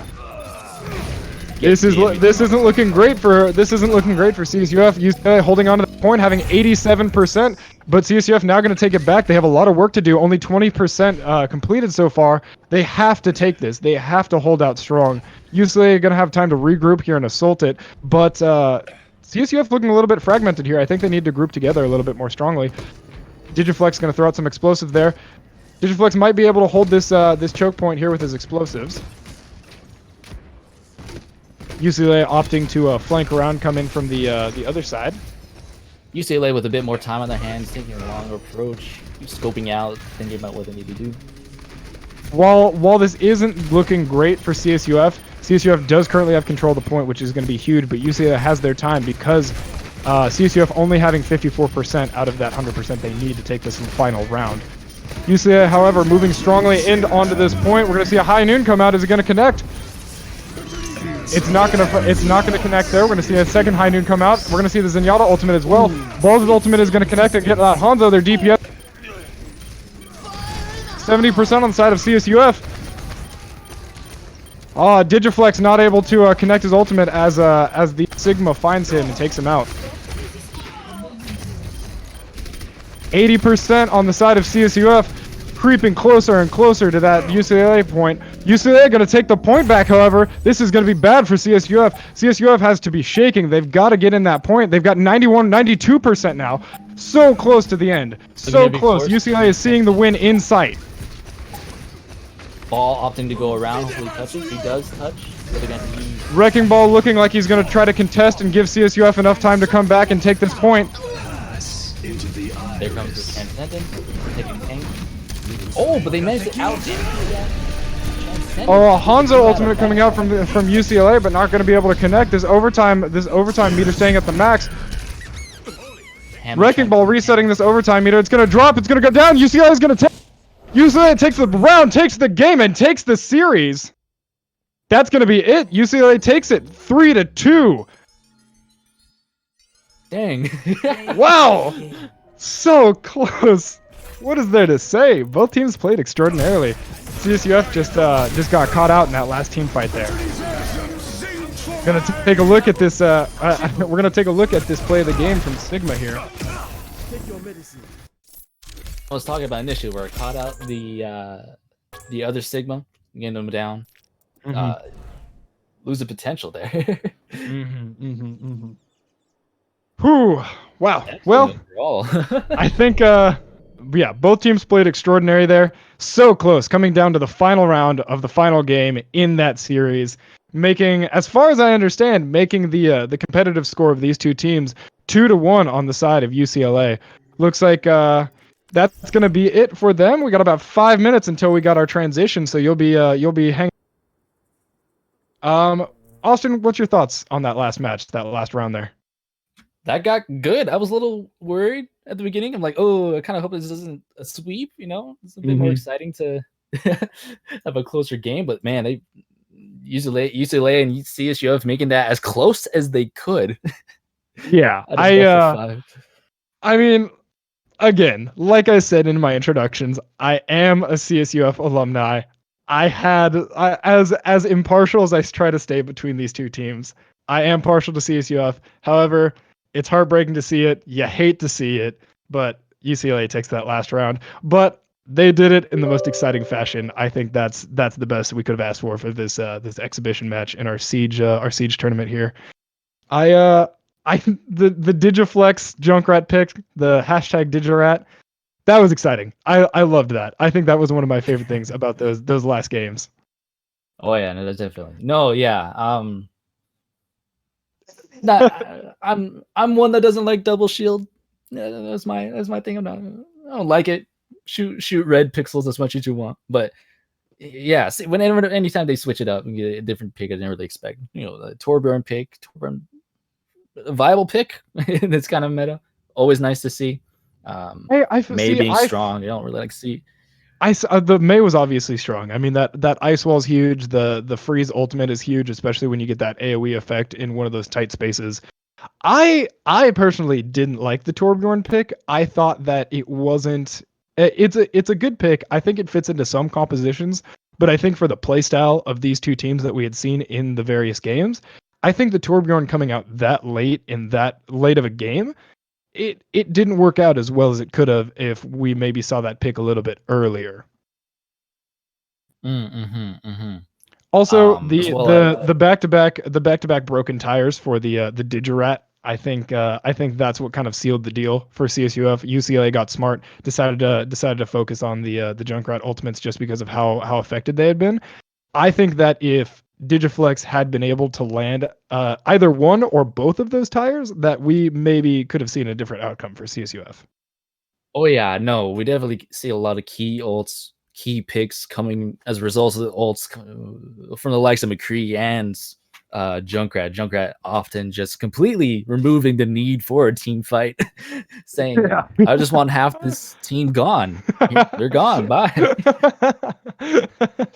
Yeah, I think that's the most the strongest argument for picking a Junkrat in that composition is McCree's high noon not able to make it through those shields, especially, and the same thing with the Ana pick that we saw. And so instead, Digiflex decided, I simply do not want these heroes here anymore. Goodbye. So I think that's a pretty good pick coming out from the side of CSUF. But we did see Halcyon try to mirror that pick and take Junkrat a few times. However, it did seem like Digiflex was a lot more comfortable on that pick. But unfortunately, Digiflex's shoulders could not bear the weight of that last match just because his ultimates got broken both times. But CSUF carrying their weight very, very strongly all the way up into the end. They fought so hard and so long, and you hate to see it, but congratulations to UCLA for that victory. The UCLA squad, I hadn't seen them play. The UCLA squad, I hadn't seen them play before. I think they play very well. They play pretty tight most times. But how did you feel about their use of the tactic to just take the high ground and say it's over and group up on the second story of basically any map they could? It was viable. High ground's high ground, right? As we've seen, especially you have a pick like McCree. Yeah, I mean, as we talked about, McCree getting raised up as from the Sigma ultimate. Seems like the higher he gets, the better his ultimate goes. Or even Baptiste, who has that mobility, who has the ability to get up to the high ground quickly. Ults, rain, healing, and damage down from above. All right, guys. That's the way to go. We got to swap it over to Rocket League. Thank you guys so much for casting our Overwatch match. Yeah, of course. Thank you, Adam. Thank you so much for having us at the caster table. We want to thank the CSUF Esports Association and all of the CSUF admin, all the CSUF students who could make this happen. And we really just want to thank each and every one of you guys who stuck with us and watched us, just because we're so happy to have a seat at this table representing the Norco College Esports Association. So we also stream this kind of stuff. So we're more than happy to come out, help out our partners, help out you guys. So thank you so much. Really appreciate it. Thank you for having us. Same.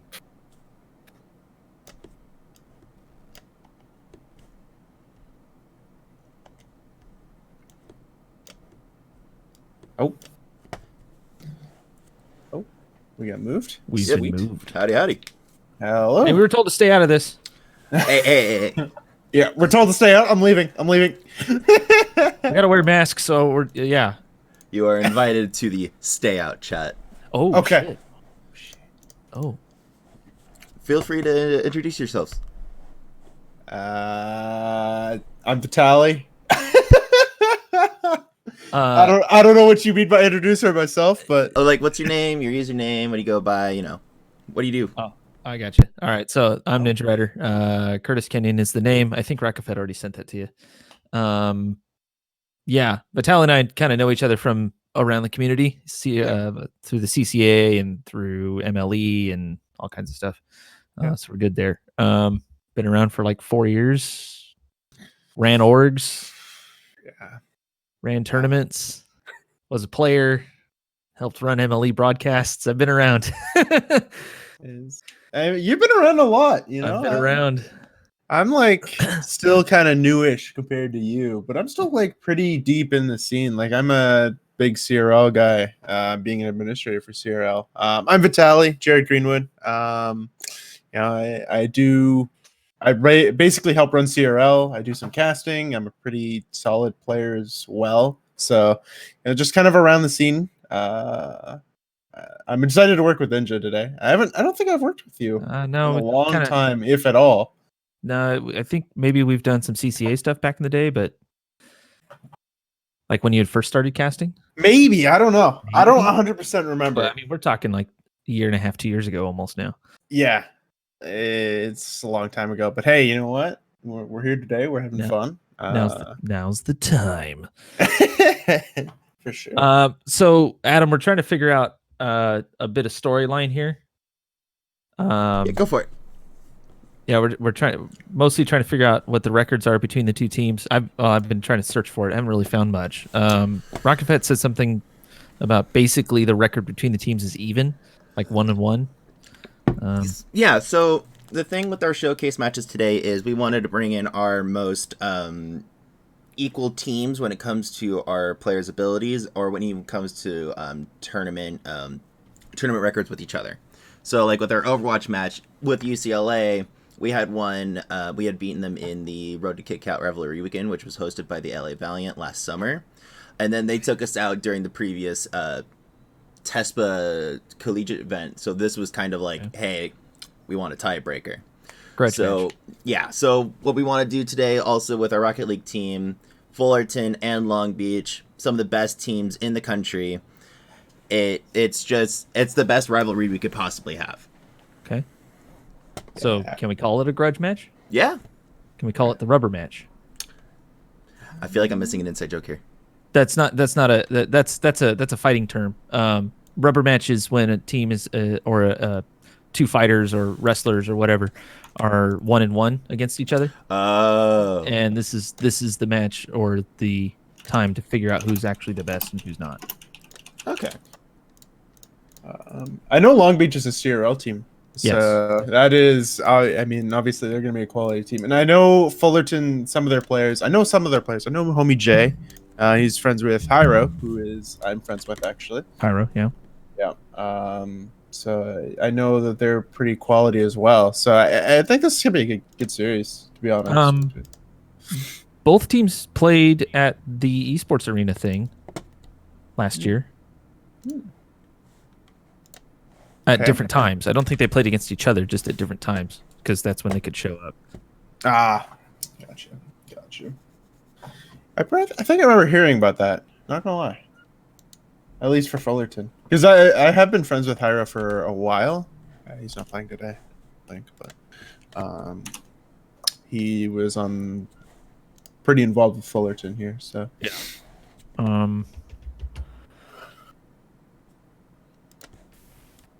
I don't know. Do we want to make it more like a wrestling sort of thing, where we got a heel and a baby face and do the whole nines, or how far do we want to go with this? I mean, we could just like completely play it up where these teams hate each other. They're out for blood.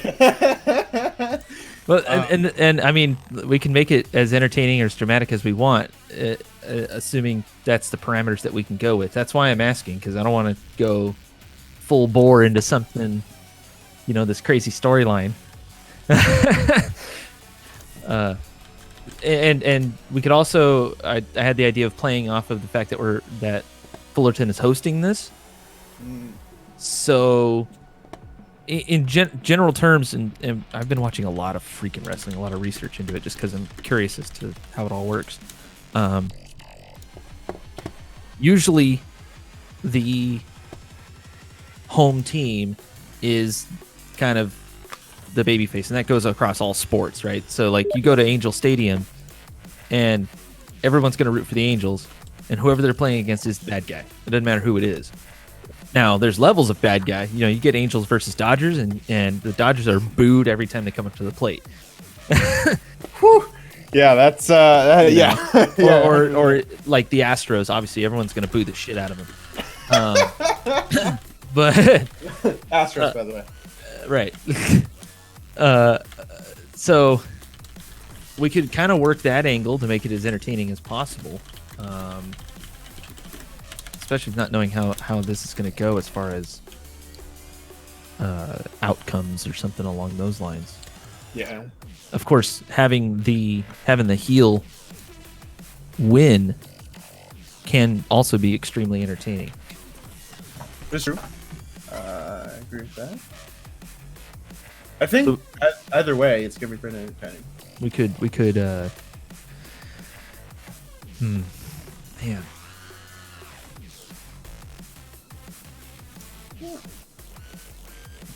Anyway, you want me to try to cover the play-by-play mostly? Sure, you can go ahead and do that. All right. I'm like more comfortable. Like my role that I've been working in mostly is analysis. So Okay. you play. Have you done much of a sort of combined?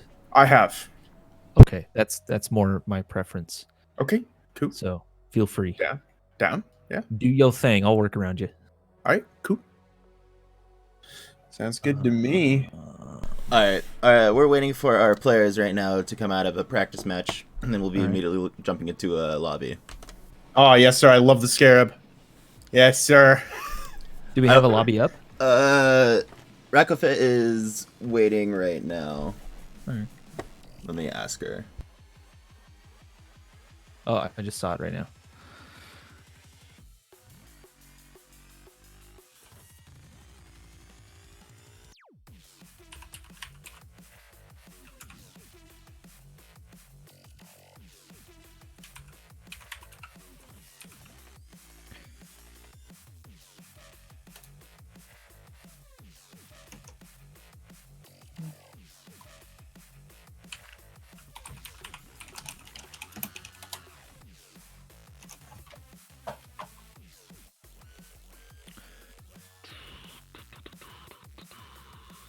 Bang.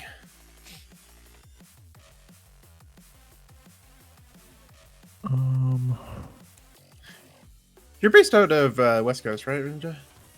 I'm in Long Beach. That's what I Cal thought. State Long Beach is literally down the street from my house. That is what I assumed. I am I'm not from around there. All right, then I'll give you a little bit of background. So Cal State Long Beach has been around for a long time. Same with Fullerton. As far as other sports, if I remember correctly, it's been a little while since I've looked this up, and I should have previously. They're sort of crosstown rivals, real life sports. Adam, you might be able to kind of chime in on that stuff. Cal State Long Beach has a storied history with baseball. Fullerton, if I remember right from my high school days, they were a wrestling school.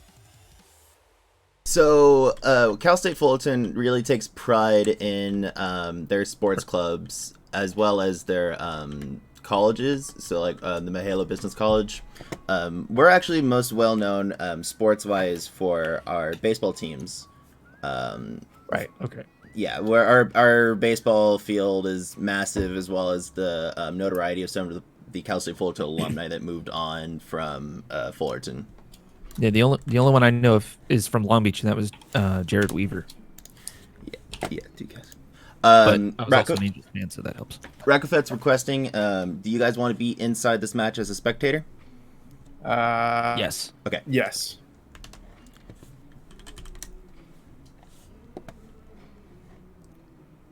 Cool. All right. That would be appreciated. Server's up. She'll be adding you right now. Yep. I have the info.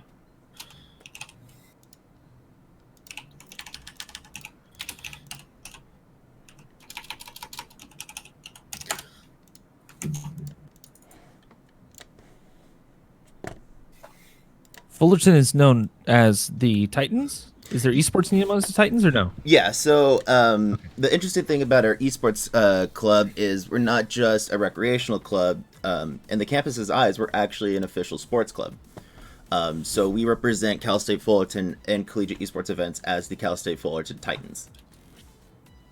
Okay, cool. I know there was some controversy when I said that about Irvine. So I was told not to do that at the time.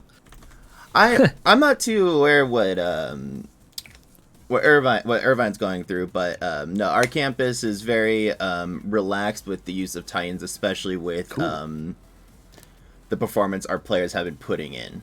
So Excellent. yeah. Awesome. It's Fantasy Outlaw, Helmy J, Riddles. Yep. These all look. All right, so the beach invades Titan territory. I like it. Shall we work the angle? You can work that angle. I'm down with that. Interesting. You know, we like it. I am excited to actually see this, just because of the fact that I've heard about this Fullerton team a decent amount. Oh, they're through good. the last year or so. Oh yeah, And oh, they're good. I know Long Beach has been a CRL team for the last year and a half. So I'm excited to see this, especially with just the quality. So, Adam, take nothing we say at face value. This is purely for entertainment, okay? Oh no, I love it. I absolutely love it. Okay, good. All right, so here's what I'm thinking. Okay, beach invades Titan territory, right? Okay. Titans obviously need to defend, clearly, and so we'll rock sort of that angle. Clearly, the Titans don't want so much freaking sand amongst their rocks. Oh man, We're getting the memes out now. Let's just get them out of the way. that is interesting angle. All right, I'm not going to say that actually, but I'm not. Let's see.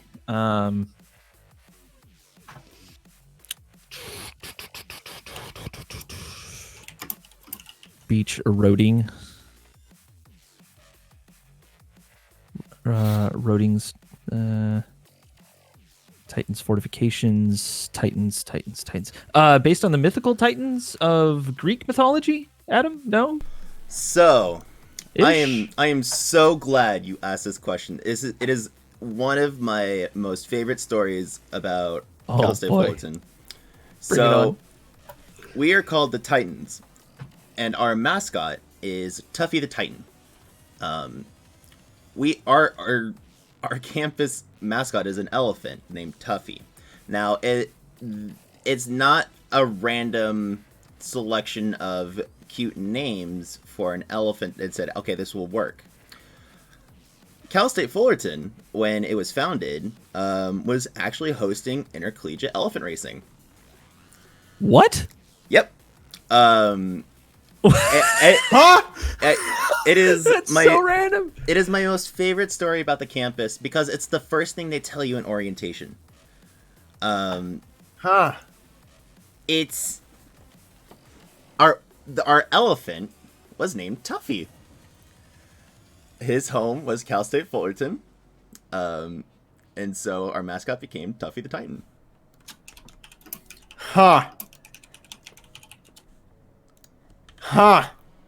Okay, that is a.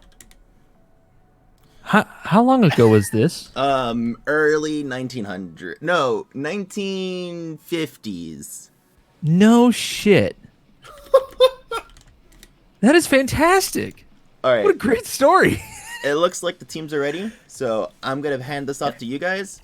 Helmsy just went pee. Oh boy, here we go. Helmsy just went pee. Uh-oh.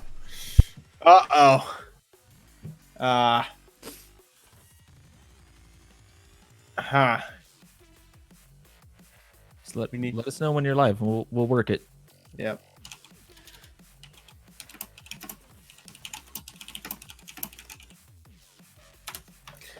All right. I mean, while we're waiting for this, I mean, Helmsy, quality player always, but he had to take a quick bathroom break.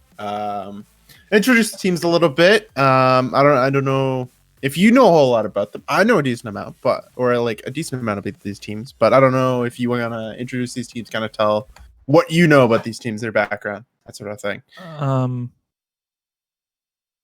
Well, I mean, yeah, we could do a little bit of that. I can kind of explain it, at least from the Cal State Long Beach side, the community stuff that they do as far as their esports side.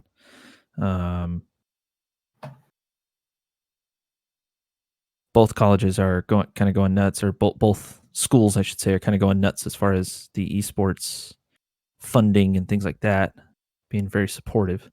I think that's a really good thing, though. Like, just varsity stuff, like that's obviously going to be a huge thing that's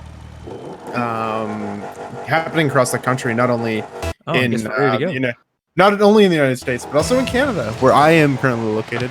But yeah, we are getting underway in game 1. This is a best of 7. Take it away. I'm excited for this. I didn't even know we were live. We are live. We are live. Hi, everyone. How's it going? I'm Ninja Rider. That guy's Vitali, who's telling me to start casting. And so we got ourselves a bit of a best of 7 on our hands. A little show match action. Just kind of getting to know the teams a little bit. Employed Wolf. That is on target. And for some reason, Riddles lets that one go. I thought he had the save there, Vitali. Don't know if he had enough boost for this. Employed Wolf just kind of puts a shot on from midfield. Yeah, Riddles, I think he just went to the corner for boost and got beat to that far post. Fortunately, not a great start from Fullerton, but anything can happen. There's 4.5 minutes left, so. Sometimes you got to do a little bit of a feeling out process, and you know this from your competitive days, Vitali, as well as my own light competitiveness that I've been through as far as best of sort of games and show matches. Best of 7, plenty of time to kind of figure out how everyone's playing at the time. Nice pass here to Riddles, and Helmsy knocks that one away fairly easily. He'll attack. Fantasy Outlaw. That is a fantastic name. It's a great name. You bet that'll work. Well, I mean, they're out here with quality names. Yep. Helmsy, 2-0. That is a great shot from Helmsy right there.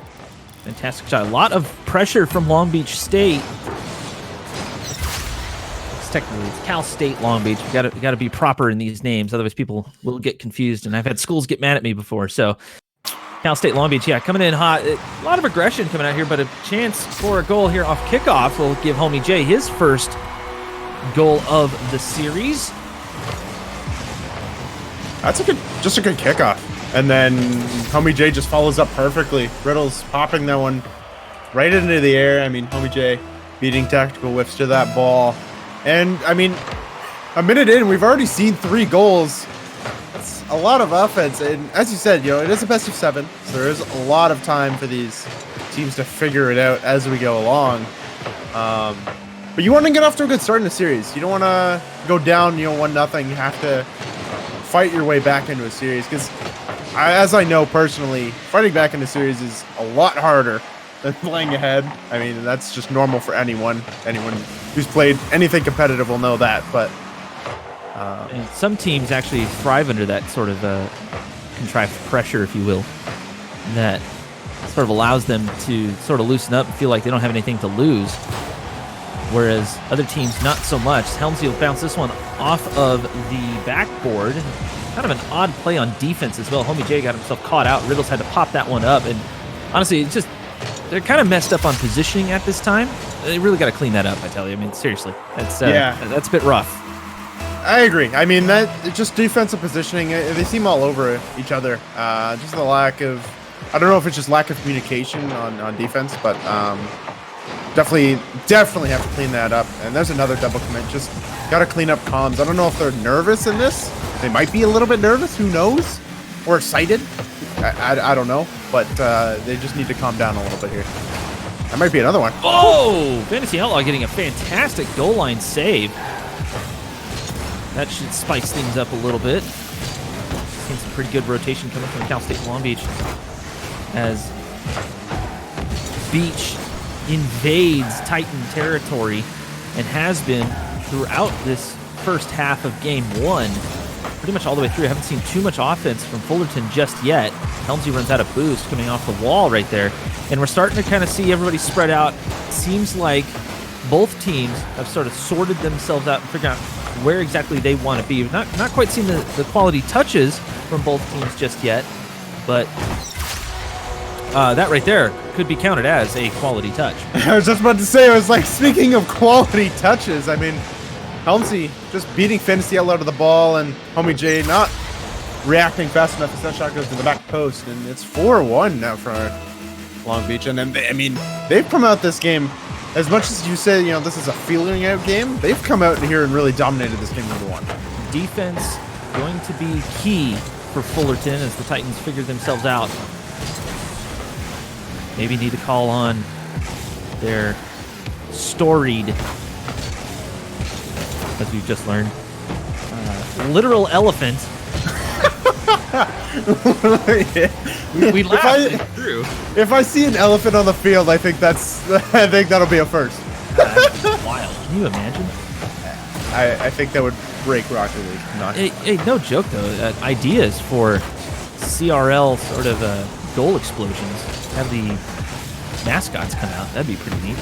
That would be interesting. I mean, Tackle we need to Whips, get a nice shot from the side. Sorry to interrupt you there, but that was beautifully done. A good prediction on where that ball is going to be as well. Yeah, Homie J just not getting a touch. He needed to go a little bit further down. Tucker Whips reading it that he wasn't going to get that, and nobody back for Fullerton, and it's 5-1 for this Long Beach team. They've absolutely controlled this game number one. Not just on the offensive side, but defensive side as well. They've really shut down any offense that Fullerton has created. And they're shutting it down early, too. They're shutting it down from the half field right about when the ball crosses the midfield line, and that's it. It gets sent right back onto offense. Tackle Whips doing just that. Nice pass here to Employed Wolf, looking potentially for Helmsy. A triple commit will open up backfield here. Tackle Whips getting just enough to get some help from the post. And a massive clear from Helmsy sends it right back, and Fullerton a little bit uncomfortable so far. But first game jitters looking like they're starting to kind of work themselves out. Another triple commit. Tactical Whips is back. Employed Wolf shadowing the ball, trying to just get in front of it. Not allow Fullerton to get any momentum at all. Yeah. Smart move on Cal State Long Beach's part, I would say. For sure. I mean, you can't. It's hard to lose a game when you're playing, 90% of the game in the offensive half. I mean, that's just really any game is that. It's just getting up in time. But the only goal that Fullerton had was off of kickoff, and that's going to be another one. Tactical was just a beautiful 50. Put it in the back, and that's 6-1 with the side of Long Beach. And I mean, they've just done, as I said, a couple times already. They've done a fantastic job in game number one. They really have. I mean, can't discount the fact that it is a 6-1 game, and Fullerton has their work cut out for them, I would say, and trying to figure out exactly what they need to do. It looks like there's a lot of moving parts to their defensive structure. They want to push early, which normally is okay, but you have a very aggressive team in Cal State Long Beach. That's not really a good idea right now. Get some control on the ball, maybe slow the play down, mix it up a little bit. Yeah, no, I agree. I mean, it feels like they're giving the ball away a lot, and there's a lot of double commits on the side of Fullerton. They're just kind of all over the place, especially on the defensive side. I don't think I saw that one ball that they went for that wasn't a double commit.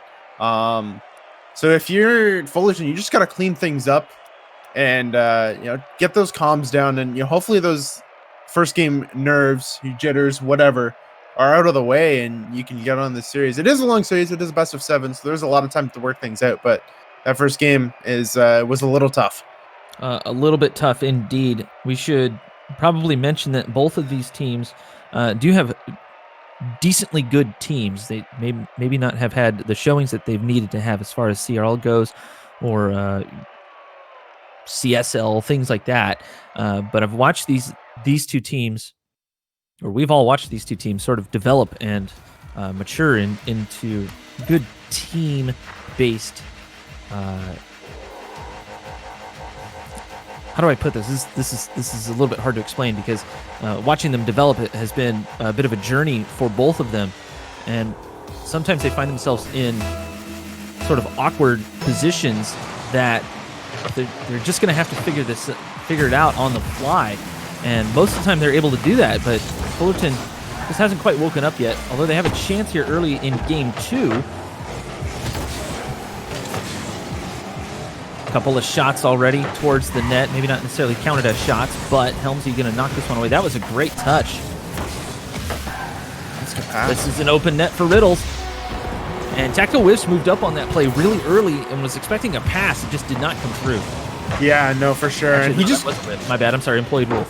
He did get beat. He did get beat on that as well, in that corner, and Helmsy just made a missed touch. And Fullerton grabs the first goal of game number 2. Good job of just capitalizing on little mistakes that Long Beach makes, and we're 30 seconds in, but it's a good start to game number 2, especially after game number 1 that they just had. They got to start defending their home territory for sure. A demo on the play here. That's going to open the net up. Nobody back to defend.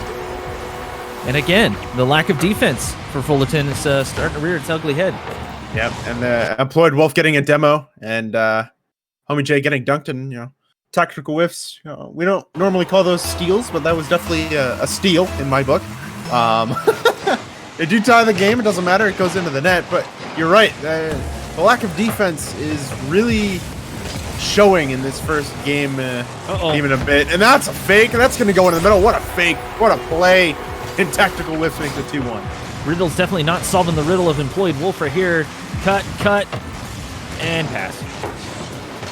Fairly straightforward play as far as that goes. And honestly, if that was touched, that would have bounced off a hood and went flying. So a little bit of luck involved in that, and a lot of skill as far as ball control being shown there by Employed Wolf, who clearly doesn't have employment at this time, because that right there was an absolute steal. And what I'm trying to say is that he was able to practice a lot to do just that. So he's not unemployed. Anyways, awkward.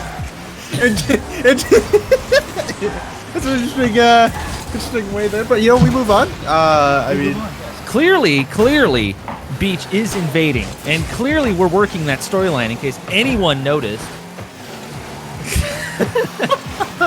oh my goodness! I mean, all they're doing right now is shutting everything that Fullerton's doing down. I mean, they had one early goal in this one. It was just 2 mistakes, and they had 1 goal in the last game, which was literally just off a kickoff. So, and any other time they're on defense, they're just getting outplayed. They're using all their boost to get the ball out to midfield, and that's really all that they can do before it gets sent back into their own zone. Kind of goes to show you that the pads that line the various lines throughout the arena are very, very important. You've got to use those things to your advantage, especially when the boost steal is on. And Long Beach has been controlling the boost for the most part, trying to complete their invasion of Titan territory. I just like saying Titan territory. It's fun to say. You know what? You go right ahead. You know what? I won't stop you. In a time where you can't really do much, I'm going to. You're right. You're really right. But we're not getting political. This is not a political science. Nope. Sir. no, sir. We are here for Rocket League. I mean, Rocket League. Just kidding. Yeah, that is true. And I mean, this Fullerton team, they're slowly starting to clean things up on defense. I'm figuring that out. And that's a good play there. But again, just using all the boost and then the right back on their defensive half. They need to find each other in transition a lot better rather than these solo plays. And that's a great pass down, but a good save from Riddles. Well, solo plays would be fine if they can display some ball control, to be fair. Yeah. They're not playing at a breakneck speed or anything, but I can see where slowing down the play for Fullerton would be extremely beneficial. And I've seen long clears and things like that. They're just trying to clear it out and not taking control of the ball. Riddles has a chance to do just that, and he doesn't. Instead goes for the wall pinch, and at that point, it probably would have been the smarter play anyways. Ball stopped. Fantasy Outlaw looking for a demo. Instead, his teammate Riddles gets demoed on the play.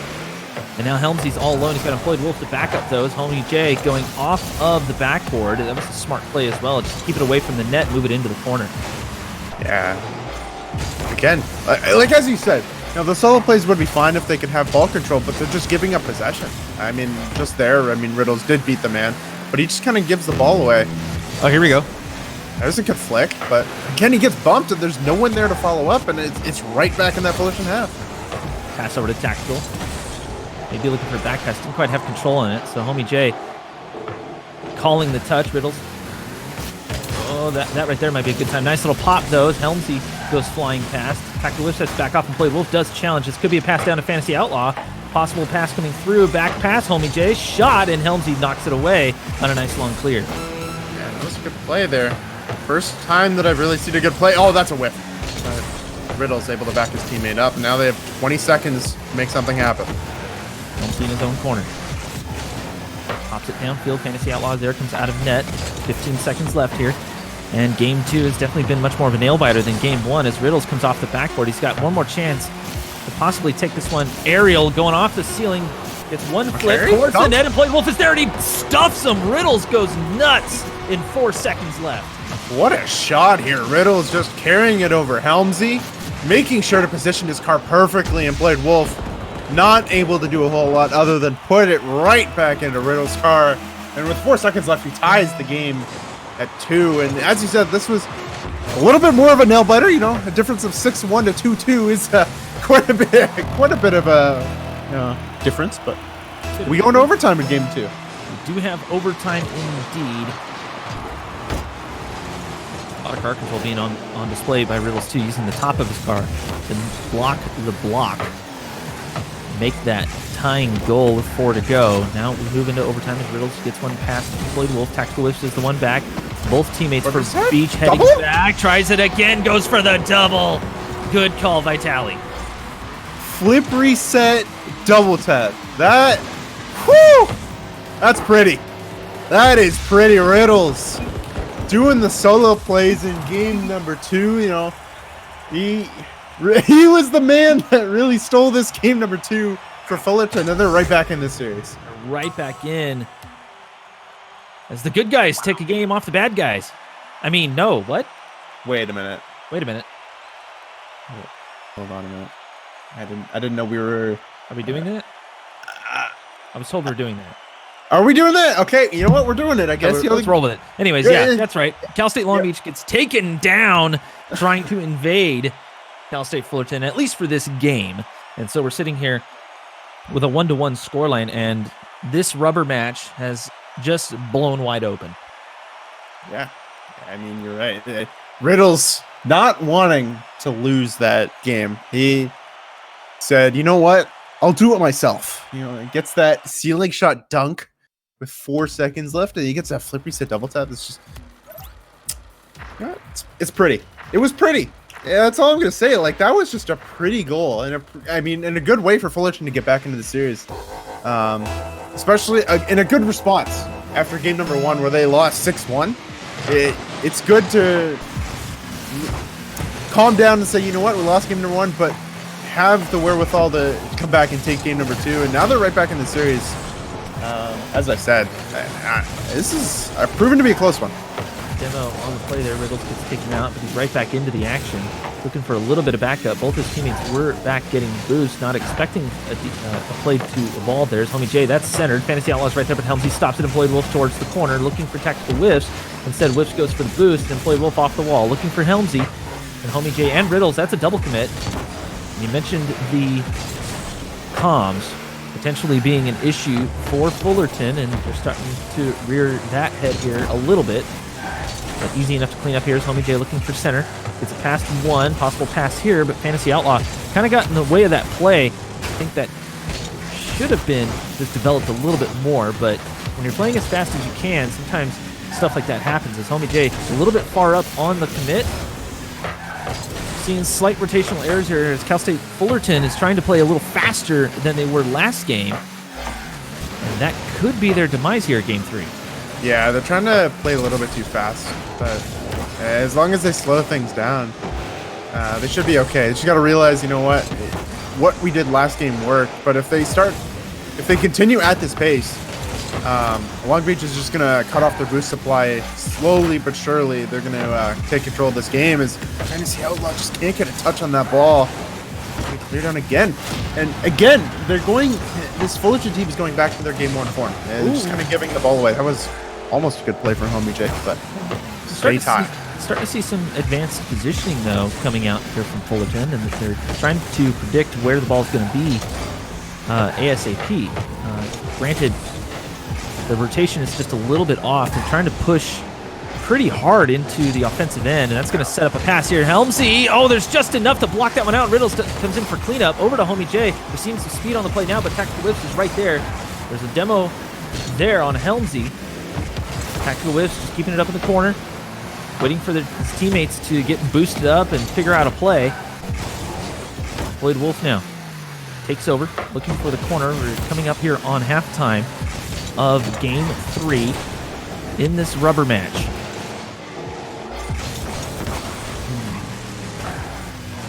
It's something that I've noticed throughout these few games. That's a really good pass in the midfield. Helmsy. Helmsy. The defense just fell apart there. To be fair, that's a really good pass. That's a really good pass and shot.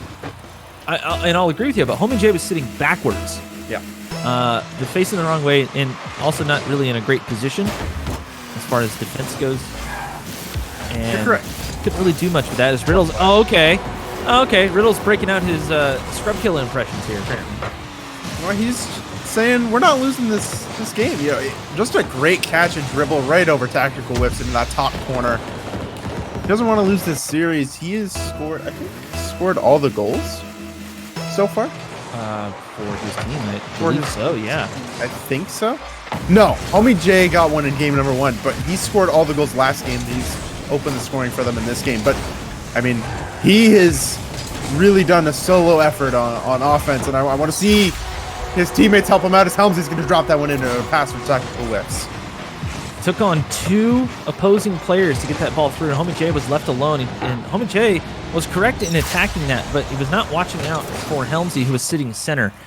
And if I could give one critique based off of what I've seen so far, and that's not to say they're playing terribly, but the best teams in Rocket League always know where their opponents are, and it's something Cal State Fullerton seems to be lacking a little bit. Well, I should say quite a bit. Riddles has done a pretty good job of that, but Fantasy Outlaw goes for a shot here, manages to shove this one through, just brute force, literally harnessing the power of the elephant? The power of Titan the elephant from way back in the day. I mean, I had a feeling you were going there. I had a feeling that you were going to go there. Almost did, but, you know, it seemed fitting.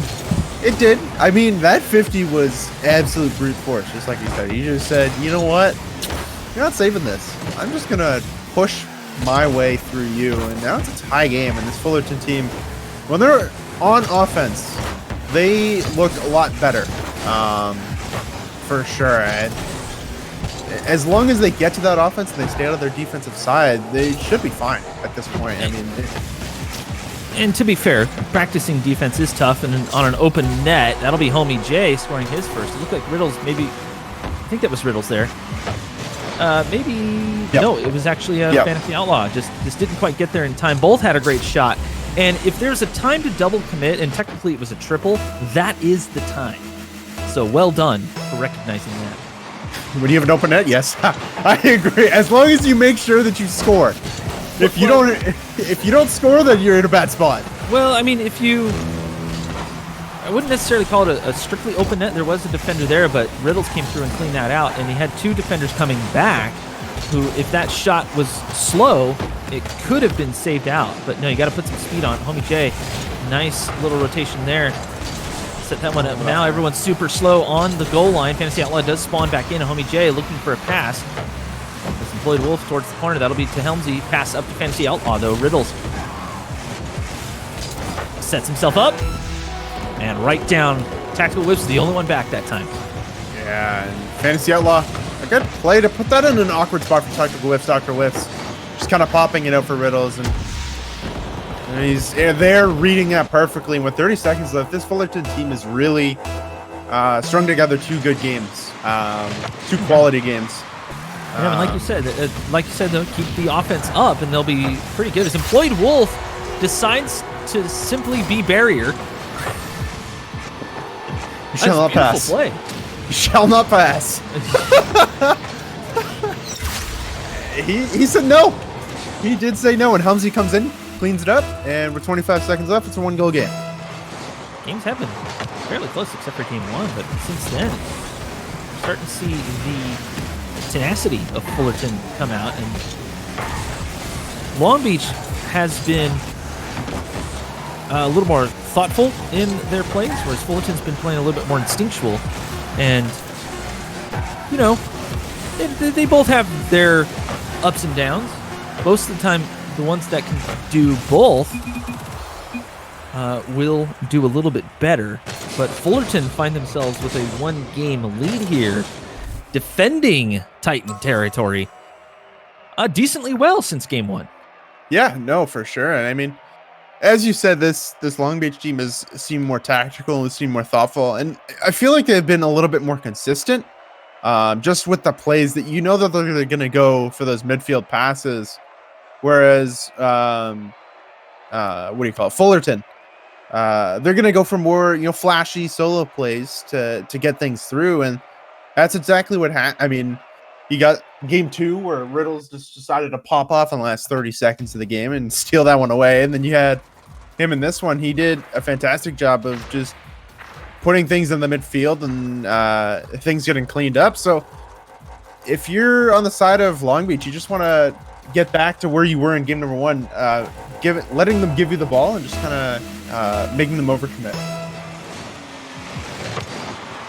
Long Beach also has to be careful not to overcommit themselves. It's fairly easy to do in situations like that. As they nearly do their tactical whips, pops this one up. That's a setup for Employed Wolf, but a double team on defense does get blocked away. Fantasy Outlaw. He's got backup this time. His tactical whiffs. Long clear.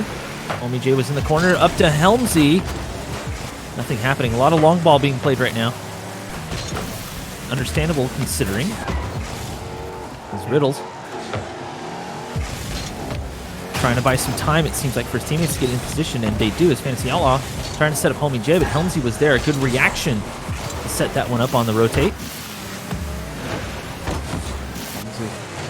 Another just good ball in the midfield, and then it just gets cleared back. His teammates need to follow up a little bit. I don't know if they're just boost-starved at this point, but things... a little bit of a breakdown in communication, a double commit, and this Long Beach team not exactly sure where to go at this point, it looks like. Just kind of giving the ball away for free. They do look a little bit mixed up, but once they cross the half-field line, they seem to kind of get their bearings again. Riddles, nice touch there. That's probably one of the toughest touches that you can make. Just pop it up like that with yourself facing your own net. Yeah. There's a bit of nervousness there, and sometimes you just have to instinctually do it. And that time it worked. Homie J looking for bumps, tactical whiffs. Riddles is right there. Helmsy couldn't read the play, and that one sneaks through. We have our first goal. Game 4. Yeah, Homie J just playing physical, making tactical whiffs jump, and Helmsy also pushing up. I'm not 100% sure. He probably could have stayed back post and stayed out of the way, but it doesn't matter. It's for Fullerton, and they get that first goal again. They've done a really good job of making Long Beach feel uncomfortable in these last 2 games, and now with that first goal, just that physical play of breaking through. It's Helmsy. Helmsy almost came off that back wall and made a beautiful play. I was very excited for that, hoping it happened. Not getting the ball. Fantasy Outlaw just over there stealing boost, making him nervous. Fantasy Outlaw can't make the touch here as Riddle's still duking it out with Employed Wolf. Helmsy does get the clearance, moving up for Employed Wolf. That was a great play, good defensive play on the clearance. That'll ease a little bit of pressure here. Tactical whips. Looking to back up as Helmsy and Riddle duke it out in the corner. Tactical whips again, gets involved. Fantasy Outlaw trying to keep the ball on the offensive end. They clash in the midfield up in the air as Employed Wolf. Great mechanical ability. Just buy himself a little bit of time. That actually sets up his teammates for a shot. Tactical whiffs. Can't quite find its way through as Homie J credited with the save there. We've hit halftime, and the games are starting to get real tense as Helmsy managed to sneak this one through. What an odd play if I've ever seen one. No touch. Nope, nothing. Fantasy Outlaw just didn't make a touch. Helmsy didn't hit the ball either, and it just dropped in. and we got to tie a game in halftime. I can just hear Helmsy right now. We take those. We do take those. 100%. We do 100%. take those. As we kick it back to the MLE days. Yeah, 100% we take those. I mean, if you're a Long Beach, you just need one of those. You needed one of those goals to go in. Kind of save your sanity in this series. Oh, sure. You take a little bit of luck along with the skill, as Riddles likes not to go for that. And I think that's a smart move. That could have been a little bit worse. Homie J had a backflip, apply a little bit of pressure, and that makes Cal State Long Beach second guess themselves on offense. As Tactical Whiffs looking for something here. Homie J comes off, but so does Riddles. Fantasy Outlaws forced to stay back, and it's a good thing he did because he can touch this ball, slow down Employed Wolf, and we're starting to see that slow down play as Riddles gets bumped out in a demo. Oh, aggression! Aggression! The waves of the beach just slamming into the Titans. Yeah, beautiful bump there, and Helmsy takes it past that now last defender. Nothing he could do really be put in that spot. A great play from Long Beach getting back into this game. They got that first goal was a little bit lucky, but that goal was definitely all skill, and now they just got to hold on to it. That's a play up high. Riddles can't follow it up. Fantasy Outlaw gets the double, and he ties the game at 2. It was a risky play, but it worked as Homie J just pops this one up. Helmsy was in the net. Homie J trying to look for some bumps, and that put Employed Wolf way out there. Helmsy found himself in the net, and Employed Wolf playing the perfect third man. That's exactly what you need to do. Secure the goal and the tie-up. We are Deuces Wild. Good job. Tying things up really quick. I had to channel my good friend Curtis. Again, another Curtis. Classic MLE call. We love Curtis. We do. We love that. Yes, yep. He's great. Anyway. But moving on here, just about a minute left here at game 4. And again, another completely different game so far. We've seen aggression from both sides. We've seen all of it. We've seen Deva's nice pass down here. Helmsy with a shot, and Fantasy Outlaw perfectly played on the goal line. He's able to clear this one out, and that will send Cal State Long Beach scrambling. As Outlaw goes for some boost. That sets up Homie J for the shot, and Employed Wolf takes a demo for his transgressions against Tuffy the Titan. And his memory. Her memory? We never did clarify that. No, we never did. I don't know. Their memory. Yes! I there am you go. Correct. Yay! There you go. Oh! Team clear. We'll call it that. Yeah. 30 seconds left. It's starting to get tense now. As a tie here set the tone for the rest of the series. Fantasy Outlaw can't quite get the touch he's looking for here. About 15 seconds left. Helmsy in his own corner, possibly trying to break the tie. That sends it towards center, though. Is the challenge. Now Homie J popped up past Tactical Whiffs. Employed Wolf does attack, looking for a pass over to Tactical. Tactical doesn't get the touch he's looking for. Fantasy Outlaw bumped out of the play. Riddles towards center. That'll set up Helmsy, who pops it up. This is a little bit I don't know if anything's going to really come of this. Homie J gets a touch on it, just trying to send it away. And Employed Wolf, Riddles can't get the touch, and that right there is our second overtime. Yeah, for sure. And you said this game was pretty important. It is. I mean, if Fullerton win this game, they moved to 3-1 in the series, and Long Beach is in a bit of a hole, but Long Beach just got to find a way through as Helmsy trying to make a touch on the midfield, and Tactical Whiffs did touch onto that back wall, but looks like Fullerton. Oh, a good demo in the midfield. Fantasy Outlaw able to clear that one away, and Fullerton live to fight another day. Riddles looking for Tactical Whips, gets there just in time. Riddles had to go for that. So we're seeing the formation form. Yes. And Fantasy Outlaw, that's towards the net. Helmsy is there, had to make an emergency touch and just sends it away. Big miss there is Riddles now, 2-on-1. Employed Wolf just comes in with a simple touch, pops it up here, and off to the side wall. Fantasy Outlaw is there in the corner, gets a little bit of a touch, and that's enough to throw off Tactical Whiffs. Definitely not Tactical there. As Helmsy takes a shot, Homie J can't get there in time, and we're tied up 2-2. What a pass here. Tactical Whiffs just right into the midfield, and both Riddles and Fantasy Outlaw both in the midfield. Homie J unable to get to that back post where Helmsy puts it. And they tie this series 2 games apiece. It's been a really good series so far. It has been very, very close games, except for game 1, and then it just blew wide open there. We are tied 2-2 in this rubber match. According to the research and people that I've asked, both of these teams are sitting at 1-1 against each other. So definitely a bit of a crosstown rivalry. These two schools, give or take about 40 miles away from each other. A half hour with no traffic. With traffic, it can be about 3 hours. Welcome to the LA metropolitan area. For those Can't who get don't away from know. that. Nope. Can't get away from that.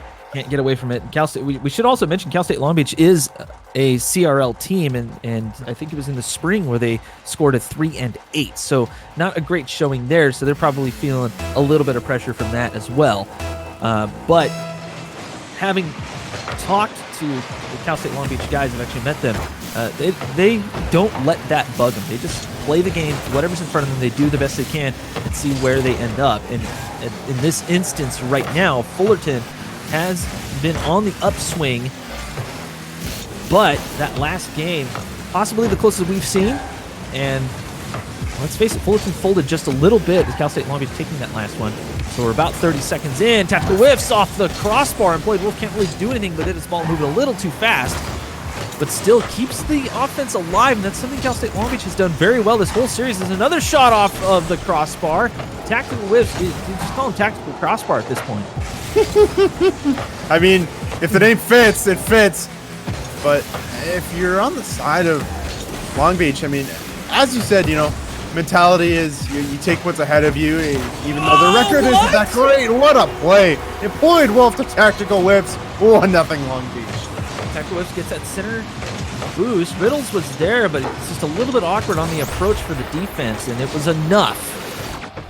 We've always said, and there's something they pound into your head at MLE, the best misses on shots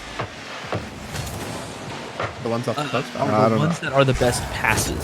Yes, that's what it is. Yes, you're correct. I don't know if they say that so much anymore. And I know the play has advanced quite a bit since the last time I played there, or casted there for that matter. But Can't attain to that test. That is there, and this is here. Played Wolf. Just kind of playing with that ball in that corner. I wasn't sure what he's doing, but we ended up working out. On the sidewall. Oh, demos galore. There was 2 Fullerton players demoed at that point, and Cal State Long Beach could not take advantage of that situation as Helmsy just a little bit under. All kind of stalled out here in the middle. A lot of whiffs coming out. I think that comes down to Fullerton not having boost. Indeed. Long Beach just taking everything away. Going for the team play. That would have been something. Yeah, that would have been something. Riddle sets this up. Homie J is up, but he has no boost, and so Fantasy Outlaw has to take over, just keeping the play alive at this point. Helmsy needed that boost, but the shot from Fantasy Outlaw a little bit not wide enough, technically. We're approaching halftime. Cal State Long Beach looking to take the lead in the series. That's a miss. That's a big miss, and Riddles was there too. And that right there is why you do not play goalie from inside the goal.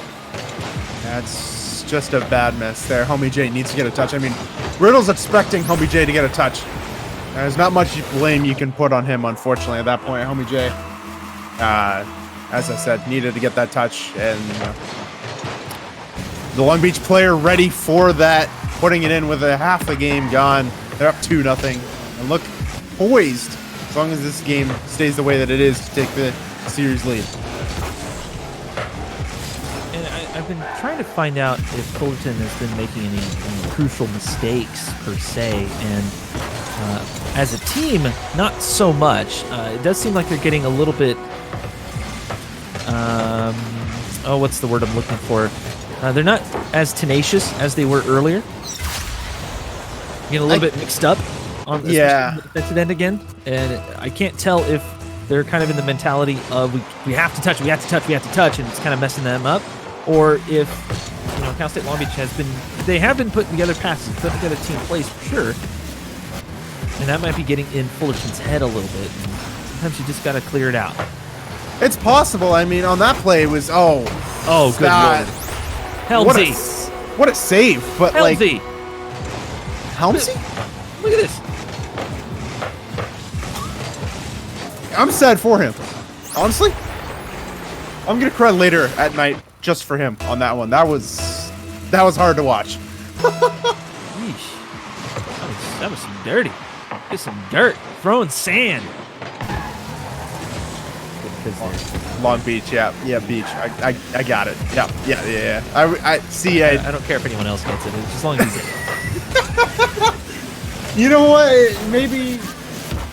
Yeah.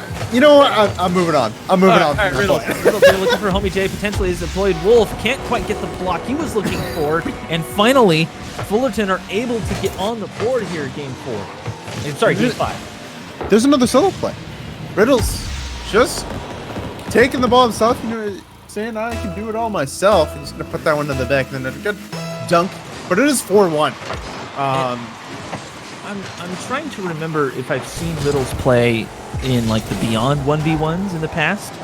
I think I have because the name sounds so familiar. Fantasy Outlaw, nice block here. Bit of a missile shot coming through, and it seems like Fullerton has finally woken up again. And as everyone knows, elephants never forget. Oh, jeez. What? Nothing. I didn't say anything. What? Why is that funny? They don't. This is serious. Hey, this is serious Rocket League, sir. Oh, my bad. I'll be serious from now on. No more jokes. Okay, maybe not serious. How about cereal? Okay, you know what? I'm down for some cereal right now. All right, good stuff. It's all out at the store anyways. It's Fantasy Outline. It's just there. Oh, he tried to take the shot. It just come from the wrong side of the ball. Couldn't get any momentum on it. And at this point, Cal State Fullerton, all they really want to do is get some momentum for the next game so they can tie up the series and force the game 7. As Tactical Whiff takes the shot, it's a triple commit on Cal State Long Beach's part, but they are not quite punished for it. Time begins to wind down. Riddles towards Homie J. Not a great pass, but it was a pass. It was. Yeah, that's good though. They're looking for each other. Exactly. That's what you need. Is Long Beach has had these passing plays down. That was almost another beautiful play, because that's another pass in the midfield. And Floyd Wolf just. I mean, Long Beach finding each other wherever on the field. They're having their way right now in the offensive side with these passing plays, and I mean, it was that was about as close as game number 1. Just the scoreline was a little bit closer. Yeah, scoreline was a little closer, but Cal State Fullerton definitely awake and alive comparatively to game 1 at least. Whereas we saw some shots, we saw some team plays come out from Fullerton, but Cal State Long Beach, at least that game, was just one step ahead most of the time.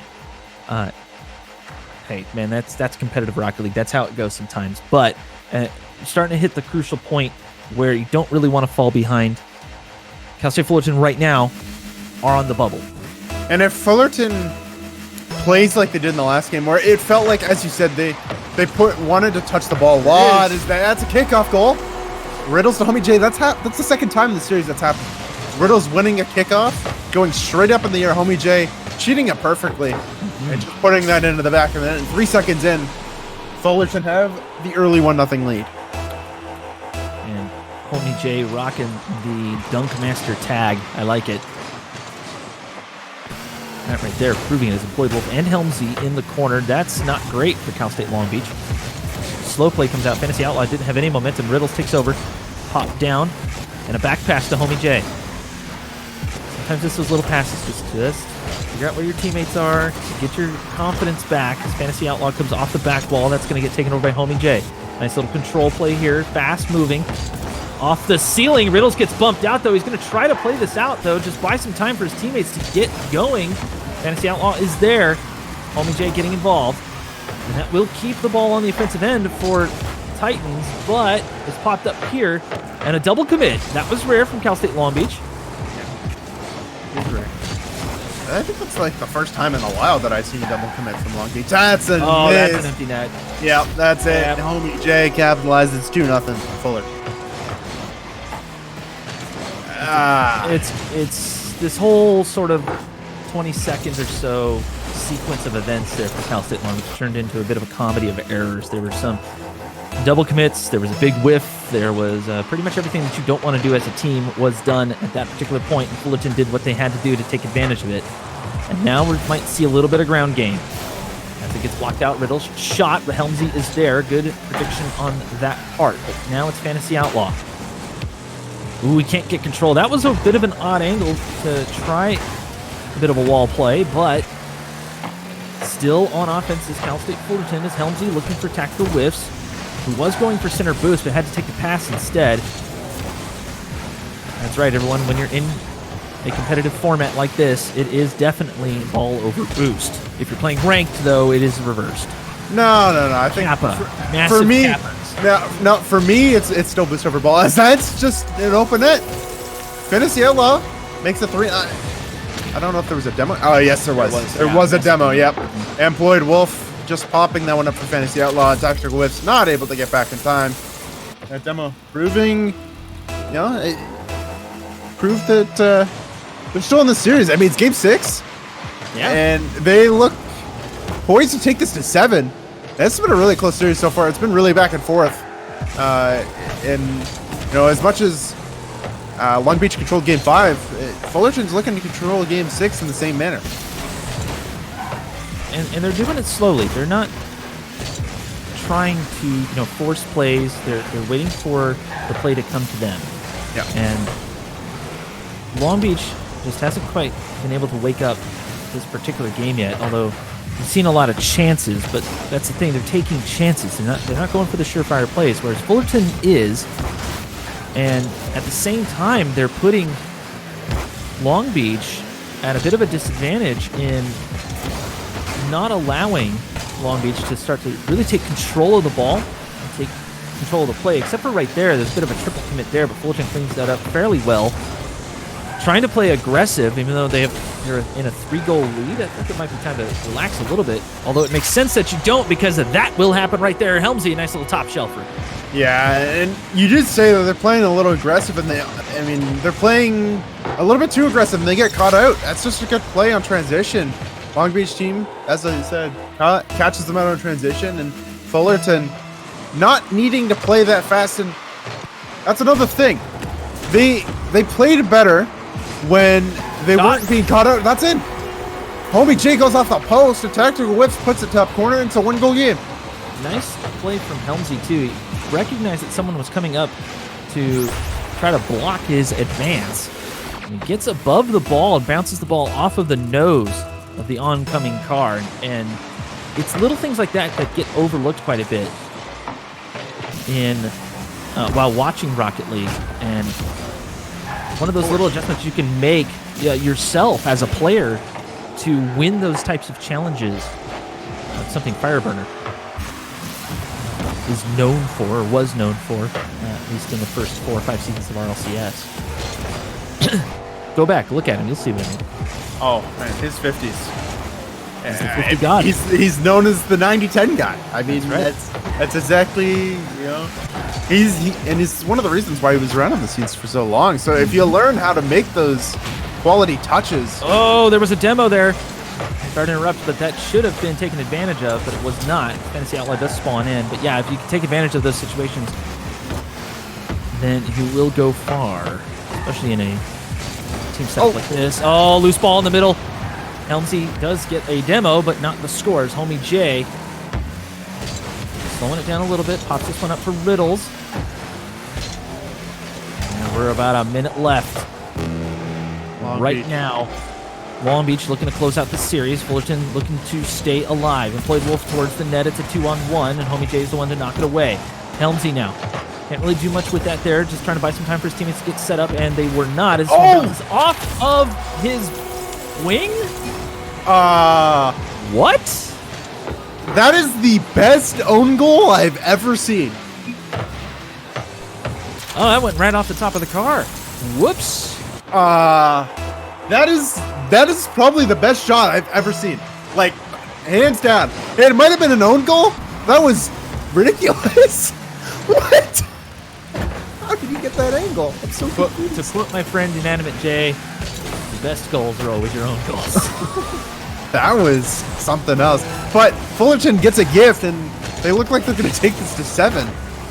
Just based off of that. They've been getting away with a lot of things in this one. Helmsy trying to put a little speed on this. Is Tactical Whips, can he do anything with it? Got 20 seconds left, and I'm sorry, Vitaly, but Yeah, I'm gonna have to call hammer nail in coffin. At least for this game. Everyone, brace yourselves. We are going to Game 7. Yes, sir. We are going to Game 7. You are correct. Start up the train. Yep. I mean, I don't even know what to say. That I don't know what to expect from Game 7 at this point. It's been such a back and forth series. Okay, well let's start here. Okay. In Game 1, Cal State Fullerton, let's face it, they choked. Oh. Game 5, Yep. well, let's face it, they kind of choked again. No. No? Game 6 they choked. 6, I'm sorry. No, yes. no, 5. 5, you're right. You're right. Am I right? Okay. Well, Yep, all right. yep, you're right. Roll with it. There was another game. There was a little bit of meandering involved as far as, where everybody needed to be placed on the field. That said, Cal State Long Beach did the exact same thing, and Fullerton was able to take advantage of that. The question right now is, you're in Game 7 of the grudge match. This will be the one to figure out who is the better team between these crosstown rivals. Who takes it, Vitali? Who takes it, man? I'm thinking Fullerton. Really? Okay. Yeah. I'm thinking Fullerton. They've been all over the place a little bit, but I think that they've really shown up when they need to. That Game 1 was a little rough, but they have done well when they need to. That Game 6 was a fantastic job from them, especially early on, and I think that they're gonna pull it out in Game 7. So we're about 30 seconds into said Game 7.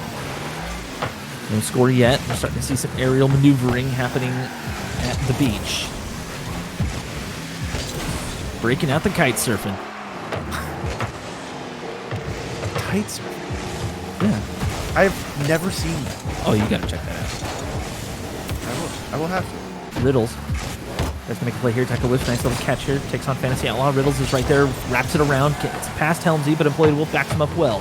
Tackle Whips needs to get back in the net, and he does. His homie Jay just keeping the play alive at this point. Helmsy on the clearance. Fantasy Outlaw denies, and Tackle Whips is the only one back. Great move here. Just stay behind the ball. If someone does hit it, it probably get cleared away at that point, but coming out of the corner, it's got a ton of speed. And the ball absolutely trapped here as Riddle's looking for a pass to Fantasy Outlaw. No, it'll be a solo play, and he manages to get it past Employed Wolf just barely. And that's a fantastic play. Riddle's waiting as long as he can. Employed Wolf just in the most of awkward spots. He puts it in his own net, but it doesn't matter. Riddle's a fantastic job of just baiting that defender off that backboard, and they get that first goal of said Game 7. So that's a good pass in the midfield, but cleared away again. This Fullerton team looking strong here. As that's a good pass in the midfield. No one's back. No. Fullerton made a fatal error on this. Fantasy Outlaw went up for this and then took a demo. Riddles had no idea where that ball was going to go, and then there was bumps in the net. Homie Jay getting absolutely hassled by Employed Wolf. Unemployed. Whoa. I'm sorry. I had it in my head from my terrible, absolutely horrendous joke earlier. Yes. The one that bad. I've blocked out of my head. Yes. It's just deep in my subconscious. I can't seem to delete it. Just get out of the recycle bin, damn it. Bump again. Tactical Whips is right there. Uh-oh. Cal State Long Beach starting to get physical. Get physical. Yeah. No? Yeah. No. Yeah. No? No. Did I age myself? I just aged myself. Yeah. Oh, shit. I mean, they have brought in the physical play, and that's another pass at the back wall. Tactical Whips, just missing it. Another Peter shot to his Fantasy Outlaw. Showing some aerial maneuverability of his own as Riddles pops this one at Helmsy, reads it perfectly, times it well, drops it down to Employed Wolf. That was actually a fantastic pass using the bottom of the car. Slow it down and drop it as Tactical Whiffs. Looking to carry this one towards the net. Employed Wolf tried to play that one out, but the flick was just a little too strong. And Helmsy out of the corner looking for Employed Wolf, and Employed Wolf did not go back, so that made it a little odd for Tactical Whiffs to keep involved. Oh, what a fake. Fantasy Outlaw's going to let that one go. Nice little fake here. Riddles plays off of the touch from Helmsy. As Tactical Wolf comes out of the corner. Fantasy Outlaw can't do anything with it. Drop down to Employed Wolf. And we have just surpassed halftime here in Game 7, and it's starting to turn into quite the nail biter. As Riddles stopped here. Fantasy Outlaw can't get anything going. That's over to Homie J, who actually misses that touch. And now Fantasy Outlaw goes for the slow play. Tactical Wolf's just stuck in front of him. Drop down pass to Helmsy. Over to Employed Wolf, who has to let that one go. Homie J towards the offensive end with Riddles and Tactical Whiffs. Can't do much with it. Here's Fantasy Outlaw looking for Homie J on the wall, and the ball bounces weird, so they had to abandon the play. I take that back. Riddles right towards the middle of the pitch, possibly picks up boost, and he does. Back to Riddles. Homie J gets a great pass, but it gets blocked out. Helmsy is way up on the play, and Homie J from the side of the ball, he'll clear that one out, and Fullerton are looking sassy. Fullerton needing to find a goal. They're doing a good job of shutting down these plays from Long Beach, but they can't really do anything on the offensive side. As that's like a big demo. A good demo there as well. He doesn't have any boost though, so all he has to do is get a 50. Riddles wanting to get around the corner. He's gonna put it in the midfield. Good pass down, but Employed Wolf just reading that one perfectly, and Fullerton still needing to find a goal. 2-on-1 there. That's a good pass, but no one there for Fullerton. Actually, that was a really good idea. Just find a little bit of open pitch, and that'll allow everyone to get in position. Fantasy Outlaw can't quite get enough oomph on that touch. It just drops down as Homie J is going to chase this one out. Riddle's looking for boost. Fantasy Outlaw is there to back him up. Homie J, possible touch here, but no. Helmsy flipping and pirouetting in front of his own net is able to just barely knock it away. Helmsy again. Homie J pops up and knocks it away. Fantasy Outlaw and Riddles all over each other. They need to spread out. As Helmsy still very aggressive. Tactical whiffs. A big whiff there. So that sets up Employee Wolf coming off the backboard. Helmsy is there looking for it, but Fantasy Outlaw is up, so he elects not to go for it, and that's a good thing to do at that point. They do have the lead, and time is starting to wind down. It is all on Cal State Fullerton. Tactical whiffs, a huge back pass. That's going to set up Fantasy Outlaw, but Helmsy is there, gets the pinch to wrap it around the corner, and still on the offensive end is Cal State Fullerton. 15 seconds to go. Looking for the tying goal is Fullerton. Homie J off of the side wall. Fantasy Outlaw is up, and so is Helmsy. Homie J had to back out, and Riddles is right there. Riddles, possible carry about to happen. Gets it past one, gets it past two, towards the net. Tactical whiffs, knocks it down, and Cal State Long Beach breaks the rubber match and takes the win. Yeah, and we go all the way to Game 7 to find a winner, and it was a difference of 1 goal, but they did a fantastic job here in Game number 7. The physical plays really broke things open, and I was wrong. You know, I thought Fullerton was going to pull this one out, but Long Beach, a great series from them, especially on the offensive side. They scored a lot, and they did a lot right on the offensive side. And it was really enjoyable to watch. Yeah, it was highly enjoyable. Both teams put up quite the fight. Fullerton, they got a couple things to work on, I would say, at least against a team like Cal State Long Beach. Long Beach showed a lot of not only a lot of tenacity, but they showed a lot of organization, a lot of ability to communicate effectively while in the arena. Fullerton had some moments there where they were all over each other. There wasn't a whole lot of opportunity to get some passing plays going, or really even to slow down. Some of that had to do with Long Beach being able to sort of stifle them. But getting those team plays together for Fullerton would help them go much farther in their endeavors, at least in my opinion. No, I definitely agree. And as you touched on as well, I mean, Fullerton was a little bit on top of each other, especially in that last minute and a half. They were I feel like they were trying a little bit too hard to make something happen. And in the end, it ended up costing them. But it doesn't matter. Long Beach comes out of this with the win, and have to wait for next time to see what happens between these two teams, because they are very evenly matched. They are quite evenly matched. And with that, I think we're going to go ahead and call it a day. Thank you, everyone, for tuning in. We've had a whole lot of gaming on this channel. Overwatch earlier, and then obviously Rocket League. I don't know. Did we get any results from the League of Legends match that's also happening? They are currently offline right now, so I'm pretty sure it must have been a quick game. Oh wait, hold on. I think I got a Discord notification, actually. Let me check. And we'll wait for results on that as we sort of recap. And Cal State Fullerton, honestly, they were definitely going up against a team with more established stats, being a CRL team in Cal State Long Beach. But I think a lot of growing happened this series, and I hope they save those replays because replay review would go a long, long way in kind of identifying the areas that we were talking about Vitality, in that being on top of each other, a little bit of panic play, things like that. And I think mostly just calming down, and going in with some confidence would probably clean up a lot of the little issues that we saw. And that might just be like nerves, stream nerves, Right. That's kind of what I'm touching on here. The only way you can really improve on that is playing on stream more, finding more opportunities, playing in the smaller community tournaments, finding things or ways to break through your nerves so you can calm down in these moments, because this is probably a big moment for them, going up against a CRL team, Fullerton, of course, going up against the CRL team and bringing them to 7 games. So just making sure that you calm down and realize that you got to take this series a game at a time. And they almost took it, but unfortunately in the end, Long Beach did take it. So just gotta work on those a little bit. All right. Looks like our League of Legends team lost to Santa Cruz 0-2. Unfortunate. Tragic. So while today may have not been a victory for Fullerton, all the matches were pretty intense. My mic was muted the whole Rocket League match, but I was pretty much cheering on every single play Fullerton made me actually want to play Rocket League, even more so than I already did. So yeah, it'll suck you in, man. Yeah, it will. I have too many hours in this game. I want to thank you guys for casting these games. I very much look forward to working with you guys in the future. Yeah. We'll be signing off this stream until 4 p.m. when we get our intramural Cal State Fullerton League of Legends tournament finals going.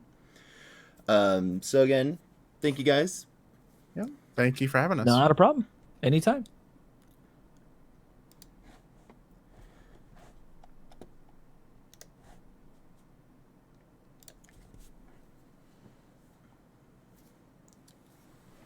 All right, folks, we are, like I said, we are going to be signing off for right now. We'll be going live with our Cal State Fullerton intramural League of Legends tournament starting at 4. That game will have dedicated shoutcasting as well, provided by the League of Legends Club, CSUF LOL. You can follow their Twitch at CSUF LOL. You can also check out the UC Santa Cruz game on their recorded videos, but we'll be streaming from both sides, both CSUF Gaming and CSUF LOL. Again, thank you so much for coming out and supporting us with Siege. These tough times have forced everyone to go online, but I can't even be more proud of this community, the streamers, casters, all the players trying their best to bring entertainment to you guys. So we'll be signing off. Thank you guys so much.